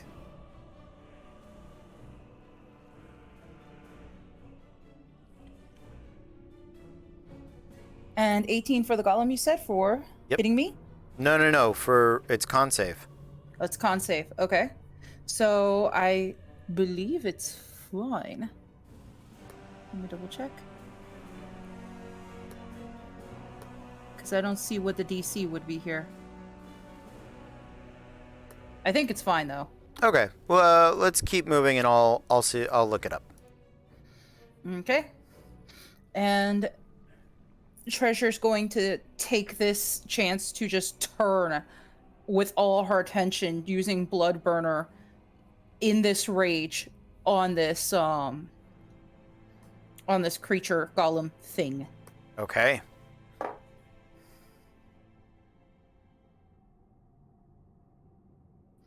Well, that first one missed. Let's go for the second.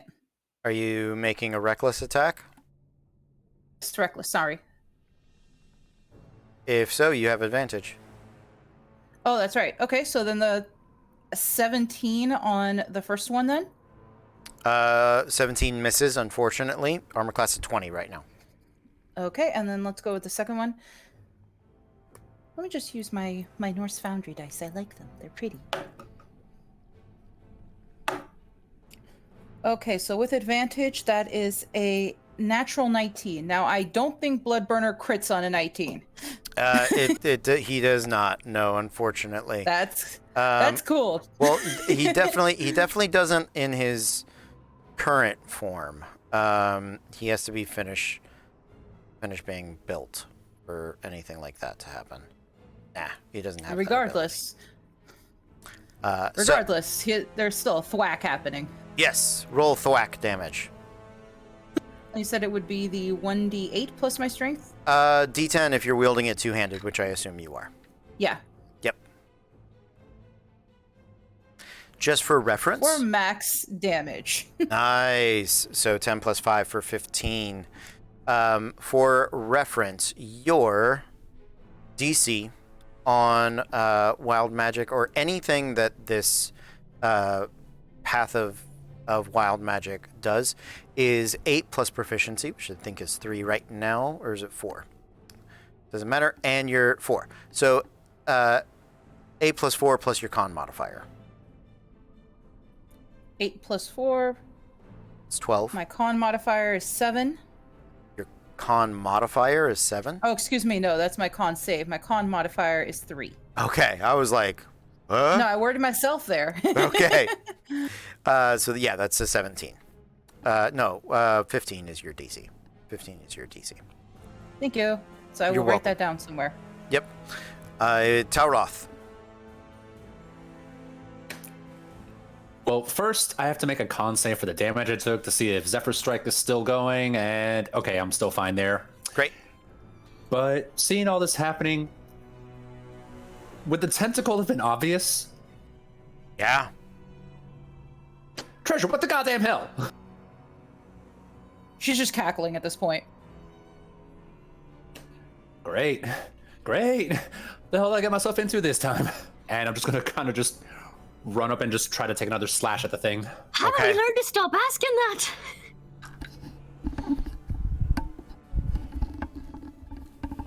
That's a 23. That'll hit.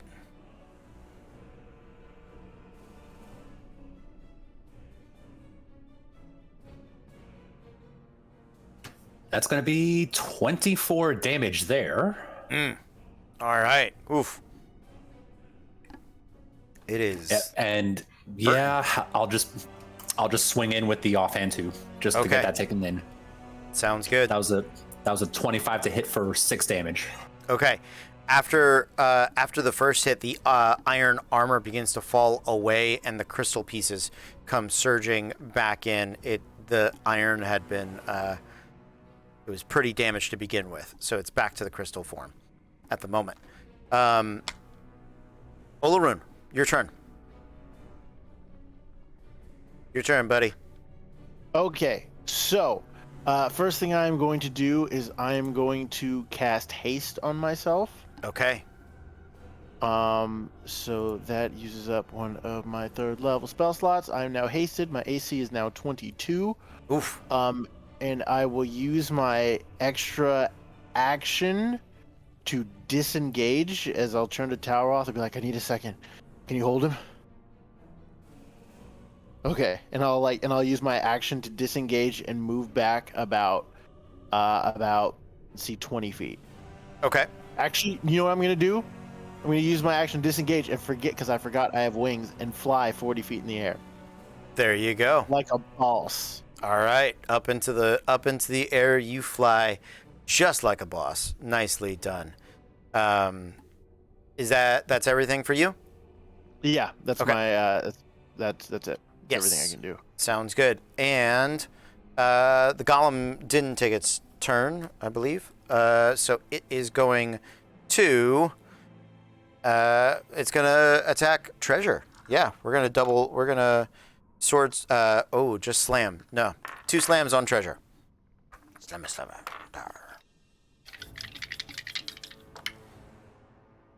That is a 22 and a 27 to hit. Those are both going to hit.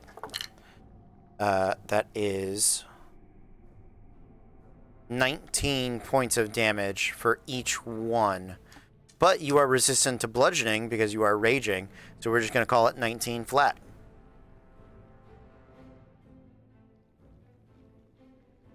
All right. New round. Oh, before that, could Yes. I use my reaction for Skirmisher to get around the golem, to get between it and Olorun? Yes. To buy him that time? Absolutely. Absolutely. Yep. All right.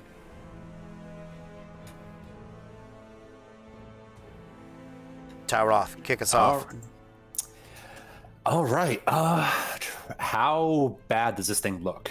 The iron form is dropped. Its crystal form is faltering. You don't know if it has any more forms, but you're gonna have to hit that arcane center at some point. So it's looking pretty bad. All right, let's see if I can at least bust a hole in this thing. So I'm gonna cancel out the Zephyr Strike to get advantage and the extra D8 on the attack. Okay, let's do it.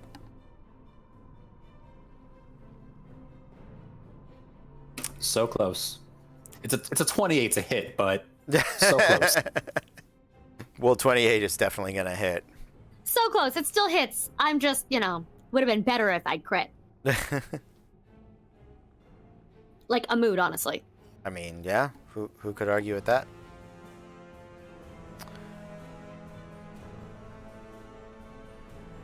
All right, and since Zephyr Strike is off, I can actually tag Favorite Foe on this thing now, so...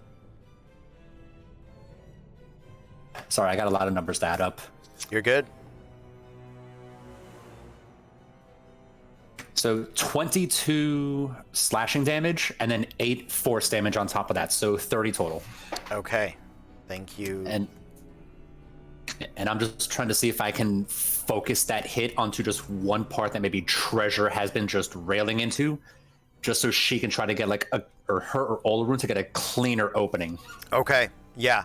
So yeah, you do, and the area near one of the legs, sort of at the joint of its hip, has sort of been carved into and just pounded into with that haft. So that is where it is at the moment. Treasure. And that area that's been pounded into, and I imagine still has part of her sword stuck in it. Yeah, probably. Yeah. Phrase it. Boom. She's just gonna light that up just straight into those reckless attacks as hard and fast as she can. All right, you had reckless attacks. Oh, but he hit twice anyway. Go ahead.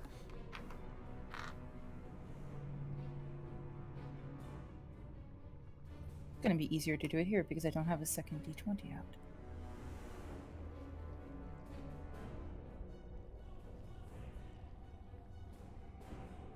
So that's going to be a 17 plus 10 for 27. Yeah, that'll hit. And let's go for the second one.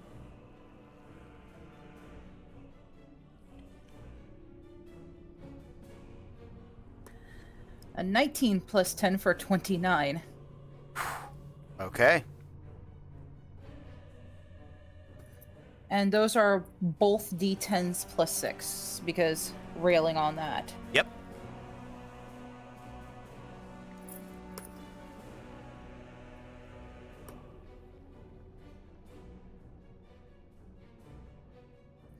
Okay, so that's 12 plus 12 for 24 damage altogether. Nice. Yeah, with the Bloodburner haft, just continues to hammer away at it, and every strike sends crystal shards ripping off of this thing, and it sounds like a miner's pickaxe just hammering into the sediment of the walls. Oh, I just realized something. I have bonus damage with strength weapons, which I'm guessing this guy counts as a strength weapon. Yes, you do. So that would be plus 3 for each attack. Yep. Yeah, plus 3. Okay. Got it.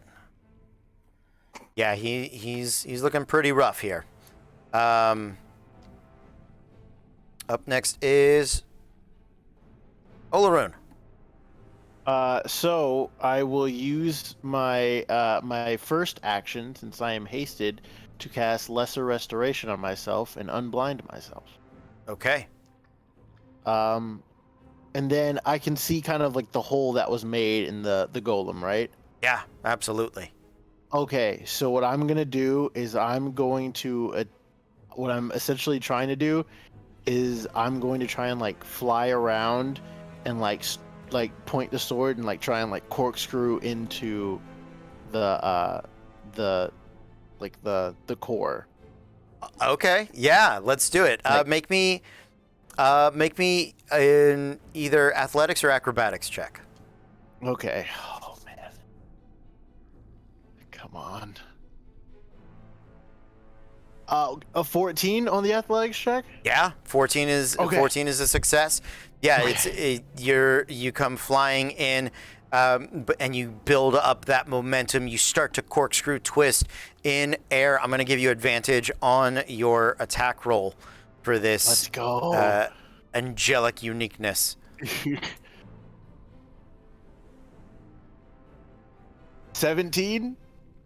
17 in the crystal form is exactly what you need. Yeah, Let's 17 go. hits because it's no longer iron. It is back in crystal. Oh, thank gosh, I'm so worried. So I am going to also use a 3rd level Divine Smite, Okay. because I have one left. Yeah. But so that's going to be so 14 points of damage, just weapon damage. Okay. Plus another 9 of radiant damage. 23. From Shining, so it's 23. And then a 3rd level Divine Smite is 5d8. 1, 2, 3, 4, 5. Oh man, I rolled 2 ones for another 17 points of damage. Ooh, So 40 points of altogether- damage. Yeah. Nicely done. That's showtime. Let's go! Absolutely. The corkscrew blade and the burning brilliance of Dawnbringer. It, as you guys watch, you see Olaroon. You see him in a new light. Sorry, I thought of it in the moment. But it is like a streaking ray of sunshine in the blackest of nights. And all of that rainbow myriad of colors sort of comes streaming off of it. And the Dawnbringer strikes into the core, and all of the crystal pieces just shatter into a stardust of raining glitter down around all of you.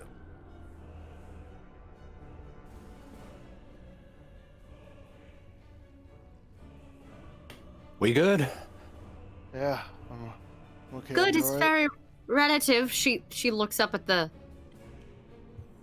floating thing that she doesn't have a name for because she doesn't actually know what it's called, and just waits for it to see if it dissipates, and knows that this thing is the voice she's been hearing. And she just kind of, come on, let's just not right now, not here, not fucking. And it dissipates and reabsorbs. What a fucking hit! That was gorgeous and amazing, and I'm a big fan of things that sparkle. And how did you do that? Like nothing's wrong. That phoenix is new. What did you call it? I mean, the thing that you brought in, the thing that showed up. You know, it was supposed to be a dragon. I just thought maybe I imagined it wrong, but that thing had a name.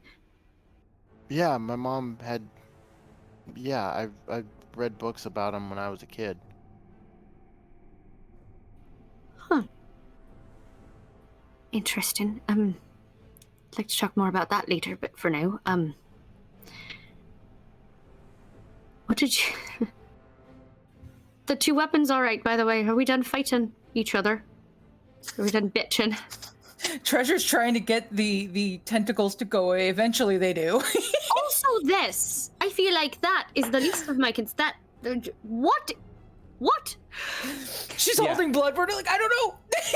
Yeah, I repeat my earlier question. What in the goddamn hell, Treasure? Any other secrets you want to make known to the class? Because I don't know if there's enough alcohol for me to be able to keep up with this. I don't know. I mean, first of all, he's great. Second of all, I think my sword's done. Why are they talking so much? They talk quite a bit. I enjoy talking too. Hi. Now I actually get to talk to you. Oh, you're the only one hearing Bloodburner right now. Treasure? I turn to them. I'm like, look, it's normal. It happens. Oh, this is what you were... Oh. Yeah. So, you know what? Let's give him some time to kind of get acquainted. Fable will hopefully- immediately go off with Olaroon if he is dragging us away. Okay, Yeah, let so- her bond with that. So I'll kind of like move them off to the side just a tad, and give Treasure some space with the axe haft. I'm gonna go ahead and reach into the trail mix pouch I have and just pull out 3 nice, good berries and just hand one to Olaroon, hand one to Fable, and just pop one into my mouth. Yeah, good berries. What do those do again? You gain 1 HP back. I didn't get hit a single time, so it's just a snack. That too. Thank you. I will snack. While Treasure's getting acquainted, Fable's going to at Olaroon. Just if we could, we're there. Yeah, I'll move over to the side. Assuming that Talroth's going to do the Talroth thing and investigate. I'm gonna take a second and just kind of process the events that just recently occurred in the vicinity, because What the damn hell? what the goddamn hell, the tentacles? I mean, I'm not drunk, am I? I didn't have anything to drink since like breakfast. There's a lot going on. I noticed. So I think I need a nap. yeah, I think we all do. I'll go investigate. I'll just take a quick look around, and then because we still kind of need to figure out how we're going to do a few things. But yes, I will. You go ahead and take care of that. I'll talk to Fable. So 17 for investigate. Yeah. Get to that in just a moment. So, how did you know you were supposed to go look for a sword and find her? Ma'am, sorry to be talking about you like you're not here, she says to the sword. But how did you know?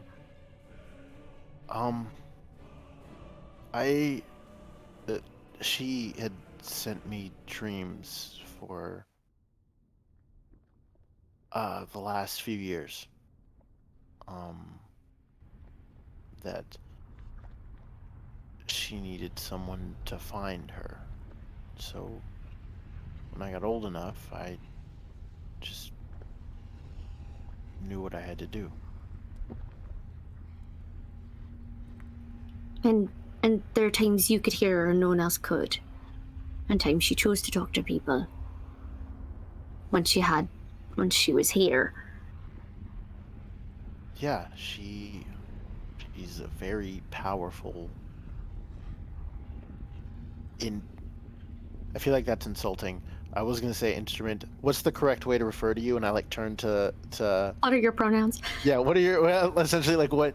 I don't want to call you just like a weapon. I don't want to call you a tool because you're not. I don't want to call you a bitch out loud. But what's? We are weapons. We are tools. We are that which defies fate, destiny. To be such a thing is nothing to be ashamed of. And you, Olaroon, this moment,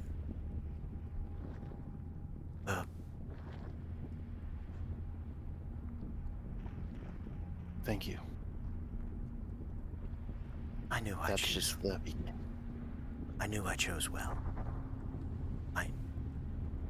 This is only our beginning. There is a subtle and dull glow to Dawnbringer that is, Fable, you can see a distinct difference than anything that has happened with Dawnbringer previously.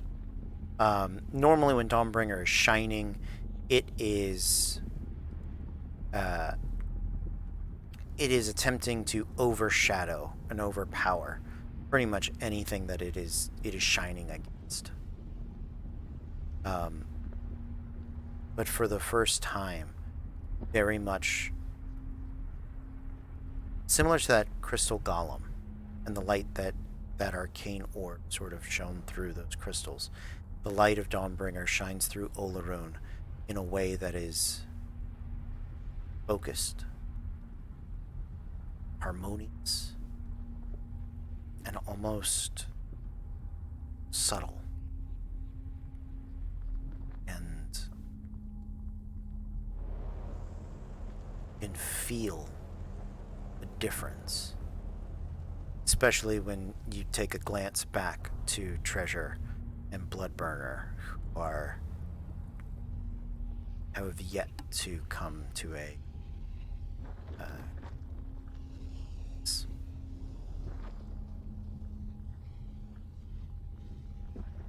Well, whatever you've done, looks good on you. You just kind of thanks. You remember, there's a time sitting in a bar with people trying to get us drunk like children. We never would have thought you could have done that. Oh, not in a million years. Never, not fucking once. And, it suits you, though. Being a legend and a hero suits you. Let's not get a little out of hand here. I'm just a guy. As she looks at the sword, being the potential of a legend and a hero suits him. Just had a feeling she'd settle for nothing less. Yeah, she's a tad demanding, but Hey, watch it. He said tad. It's done for my best interest. You, for the first time, almost hear Dawnbringer laugh. Now we know it's time for. Oh, I'm emotional now. Helen Mirren laughed and Megan wasn't here for it. Fuck. Well, that's. I wish everything was as clear cut and communicated in dreams. Might be easier for people. So, I've got to say, Madame, I like your methods. They seem clear cut and, easy to manage. Appreciate it. Well, Other elements in the world could take a lesson from the sword. what's going on? I don't know. And I was hoping that it would be something similar to what you went through, but it doesn't seem like it is. It doesn't seem similar at all. And that means I'm lost. And I was hoping you found her and we found our way here like you were supposed to. And it made sense. Nothing of mine makes sense. I think that it's a good thing that your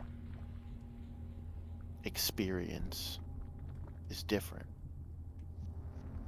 Because if everything was the same, everything would be easy. Things aren't meant to be easy. That's your parents talking. No, that's something I decided to hold on to. Nothing worth doing is ever easy. And knowing that this is your journey and your path gives it something of a special meaning, don't you think?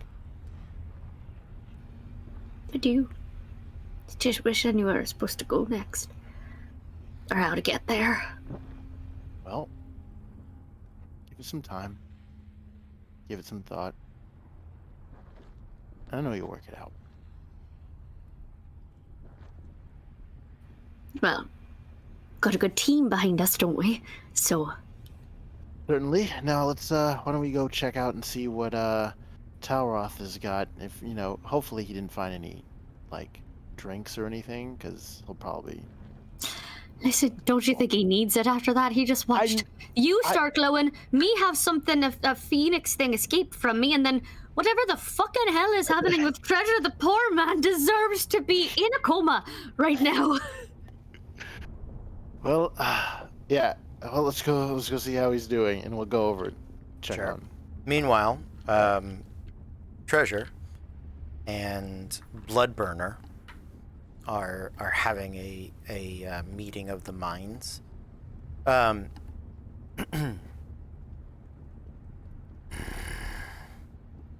has it stopped?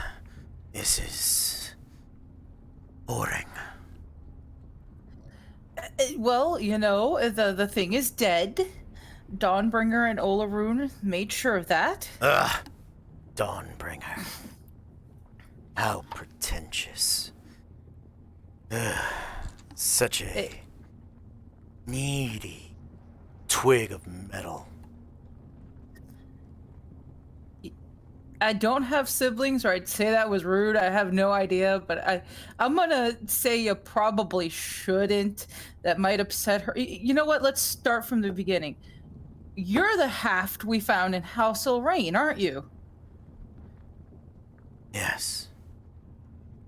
I'm How'd you even end up there? broken and traded. Traded as a relic. Dead past. But you can't bury a fire. It smolders. Burns all the hotter. I mean, that's fair. But broken. Oof. I mean, I guess it's a good thing we're here. It We is. can fix you. It's Can. a bad thing we broke the guy who probably could fix you. No, that guardian doesn't have what it takes to fix me. I hate to tell you, man, I'm about as good at fixing things as I am at carrying on, sensible conversation. I don't need sensible conversation. No, you look like you probably need a blade. Let's start. Blade would help. But what I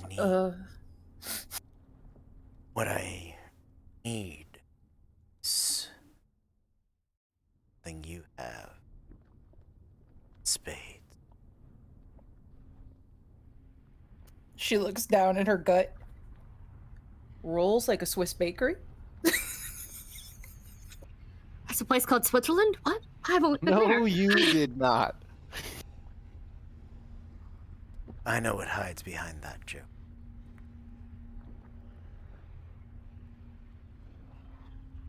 I know why you laugh. I know. I can feel it. I can feel it. If I had been with you that day, run. Wouldn't have needed to. Me. Just Stayed. do anything that stepped in your path. Feels I'm guessing good, you're one. doesn't it? I'm guessing you know too then how much I miss them. How much I didn't want to leave. Do?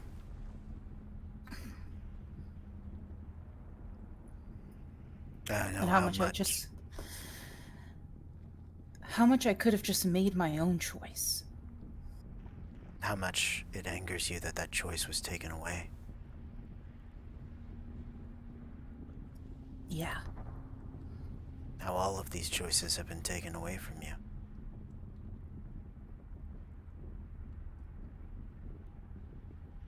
You didn't end up here because you decided to come here. Up here because everyone else was coming here. Guess what? You don't have to follow them anymore. You don't have to follow anyone. You get to decide. You get to do what you want to need to do. Help you. Because while we're gonna fix this world, and if we can't, we're gonna burn it down.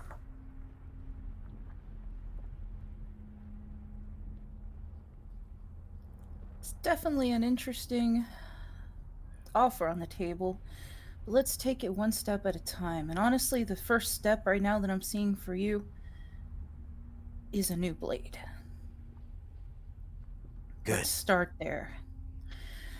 She looks around. She's looking at what's left of her adamantine sword, which is does adamantine work, or am I gonna have to find something special here?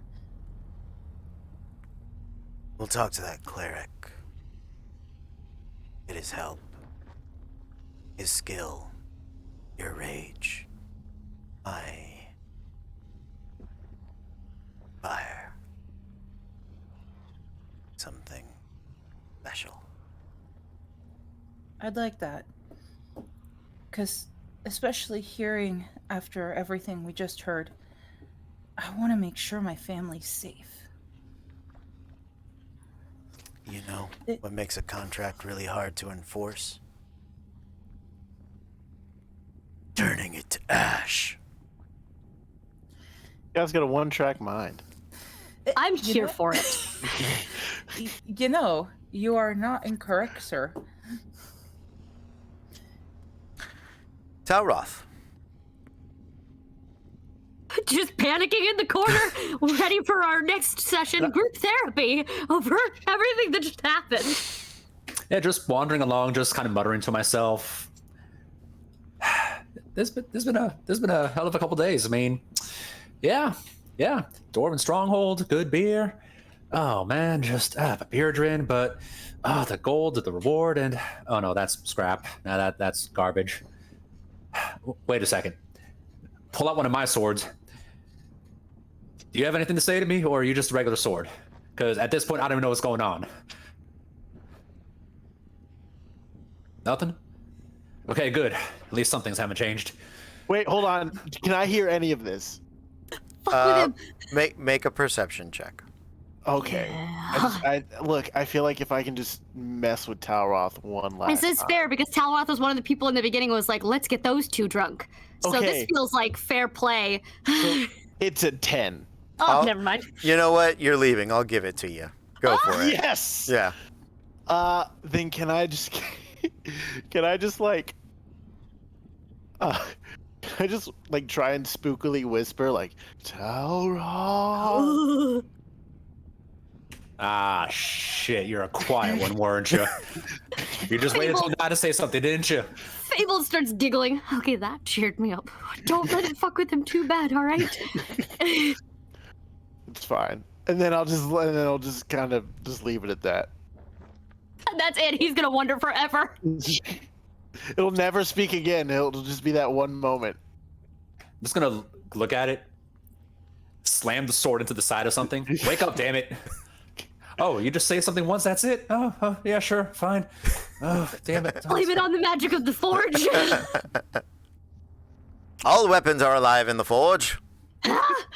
Just gonna start muttering something about tentacles and calamari at this point. As I'm still just searching for... I don't even know what I'm searching for at this point. I don't know, man. Purpose.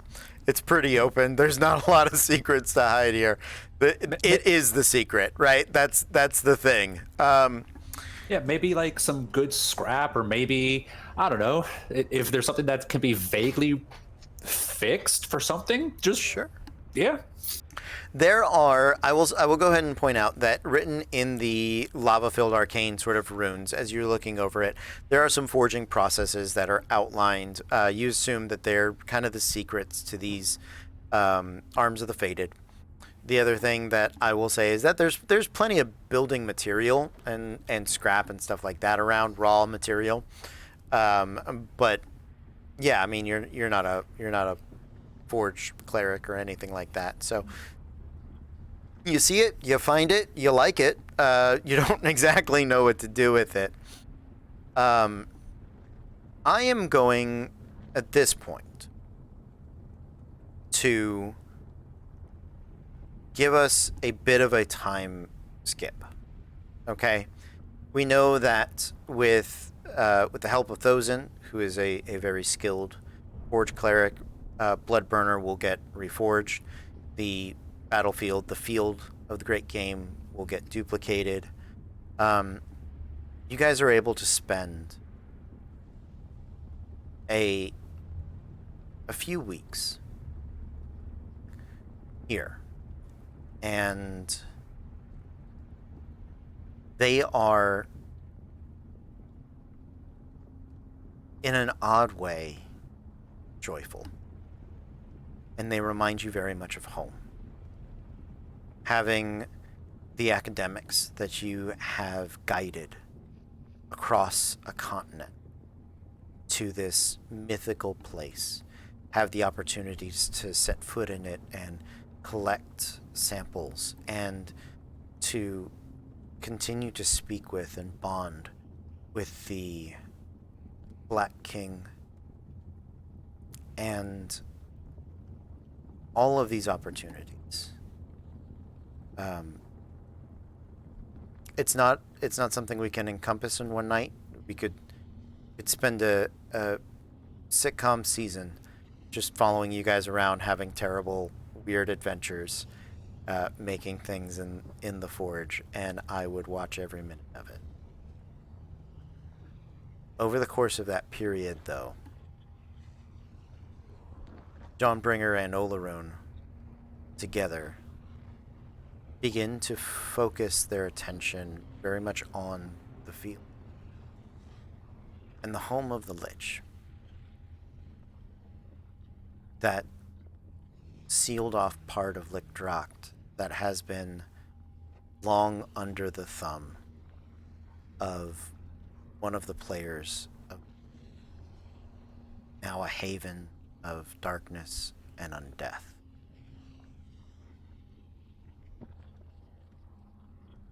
And in that time, when I think you come to Thosen in secret and request a third copy of that, of the field. Play. Yeah. I'll go up to him and ask for him to forge me another. Talks with you a bit, confused, clearly caring about you, and may or may not be planning. But he will make it for you.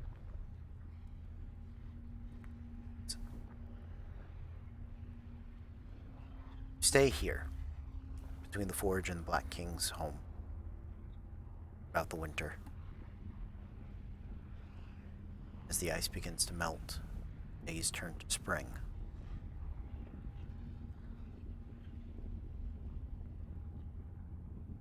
No, your destiny lies back east.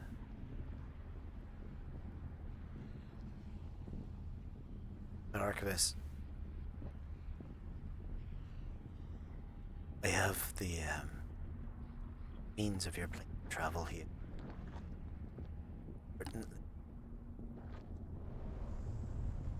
I'm afraid we may have made an error. The dragon scale armor Jewel took from the rest of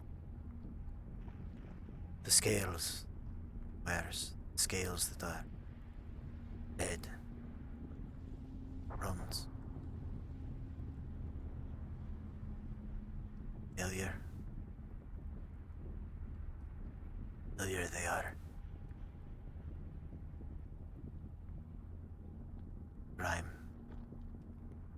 Rhymevale, whatever it is.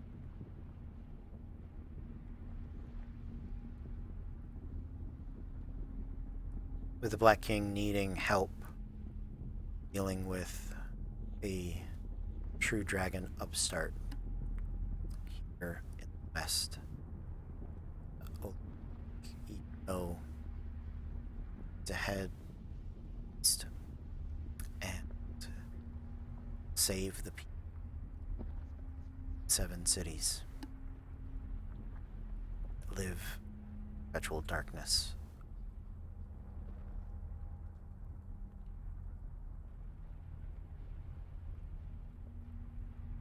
When I figure out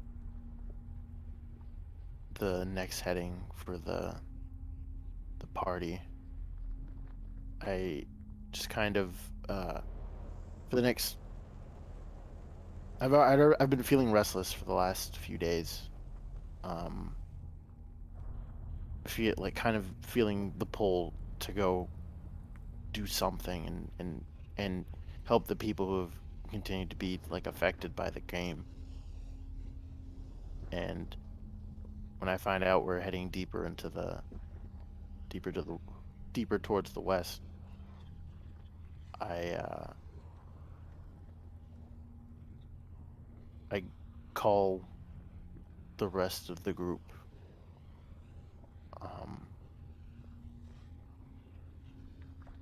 and I just kind of tell it to them all at once, because if I tried to do it one at a time, I'd probably couldn't even get through it all. I have to go. Okay, where are we going? No. I have to go by myself. Why?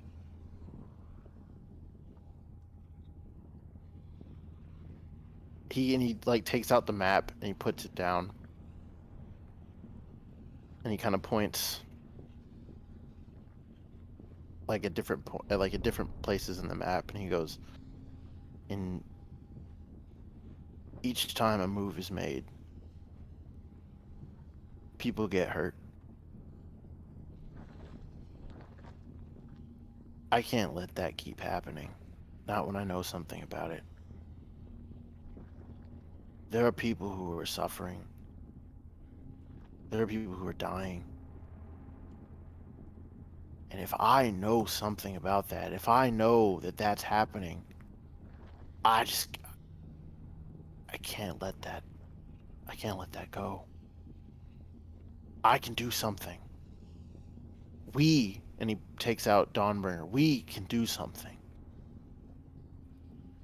We could help. You guys could. But you all have your own paths. And I think it's just time for me to go on mine.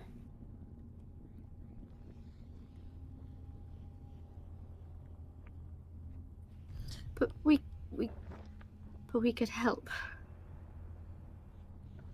You're gonna die out there on your own. Oh, No, you he know, isn't. it's starting I to don't get think pretty so. hard to kill me. You say that now. Look, and he like points at Treasure. He's like, she's been teaching me a few things. You know, she's probably one of the toughest people to kill on the face of this planet. And if I can be half as good as her, then I'll be fine. Plus, I'm not alone. I'll keep him safe.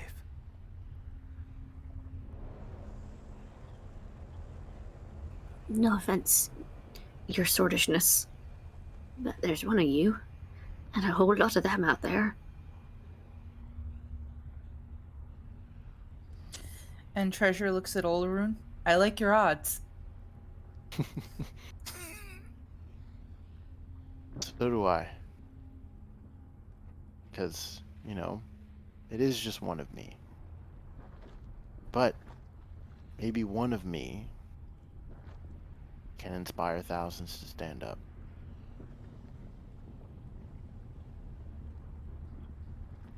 I believe in you. And had this been several months ago, yeah, I'd be worried too. But we've been together how long now? Since Talroth found that awful wanted poster that neither of you could read? And you've grown so much down to what happened in that cave that I have every ounce of faith that you'll be just fine and probably come back to plant a lich head on our table while you're telling stories around a bar and drinking me under the table in beer. That's the plan. This isn't goodbye forever. I'll see you guys again. You damn well better. Yeah, you owe me like 10 drinks. 7. And he like kind of goes over to Talroth, and he just kind of like pulls him in for like a rough hug. Yeah, just go with it. Yeah. And then like goes off and moves over to Treasure and gives her a hug as well. Oh, she cracks his back with a hug. Like, we're And- resetting his back. I'm just like this. Oh yeah, that right there, there it is. Little lower. Little lower. Yeah, nice. And then I'll walk over to Fable. And I'll give her a hug as well. And I just kind of like, as I'm there, I just say, your own journey is important.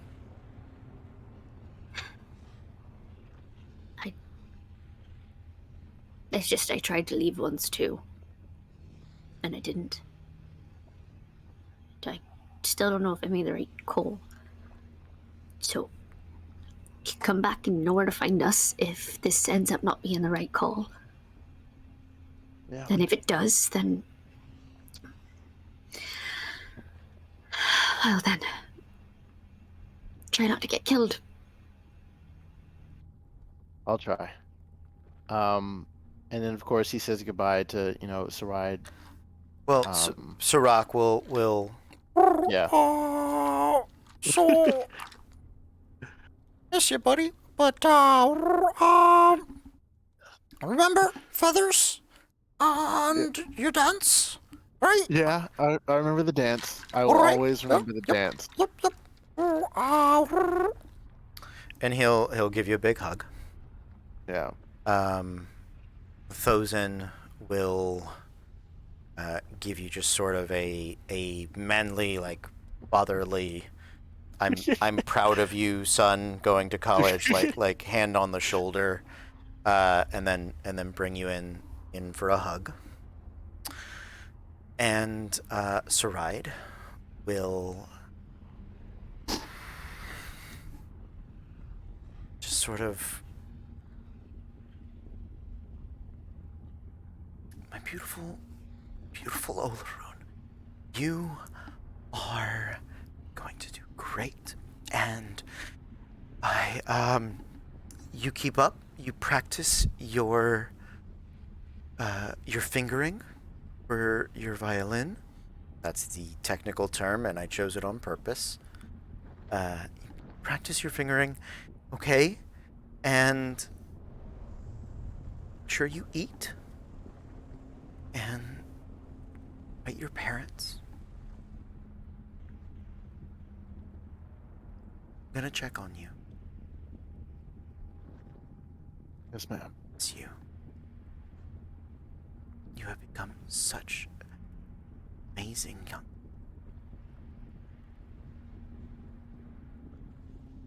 She hugs you. I hug her back. Thank you, Mr. Wright.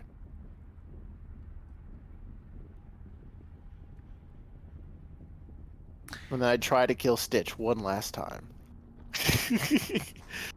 Fable's got her list poised and ready if she needs to add something else to it. No, not this time.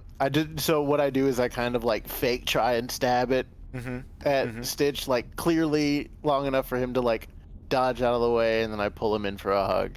Yeah, he'll definitely give you the big furry hug. It's kind of mess up your hair and mess up his own hair to match.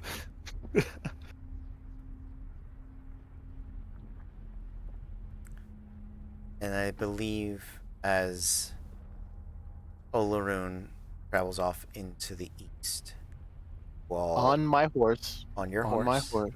I do have a horse. Zephyros is the best ride this side of Lake Droct. you all watch as he rides into the sunrise. That is where we are going to end tonight's adventure. Fuck off with that emotional nonsense, Cody Stone. So this is actually kind of a big, look at me, camera, there you go. This is actually kind of a big shift in arc and change for you guys. What we'll probably do next week is we've had a lot of big things happen. We'll probably have an episode of in that downtime, right? Of you guys in the Forge. We'll get Bloodburner redone. We'll help everybody that's been busy with different stuff sort of catch up. And we're going to start to be back in the studio sometime this month. Cole, it is an absolute joy to play with you, and you have been an inspiration on this campaign from day one.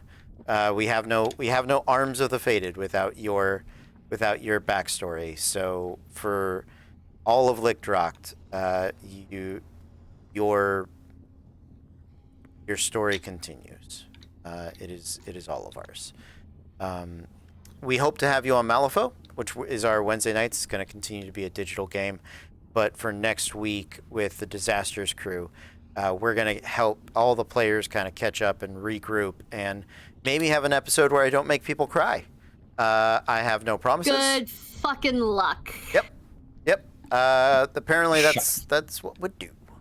Shopping episode, maybe? Yeah. You guys I can still cry during those. Absolutely. I've seen you shop in real life. Tears are usually involved, mostly of joy. So thank you guys. Thank you so much. Thank you, audience. Thank you, players, and especially thank you, Cole. We are so happy that you are doing things that you love and want to do. Support you every step of the way, but I cannot overstate how important your just wanting a cool sword turned out to be for this whole campaign. So, thank you. Thank you. My friends, we are going to, as soon as I find the right panel, there it is. All right, we are going to say good night. Thank you so much for playing. We will see you guys next time. We've got a lot of PvP coming up this week. Stay tuned. Check out the socials for all of the information. We'll let you know. But until next time, be cool.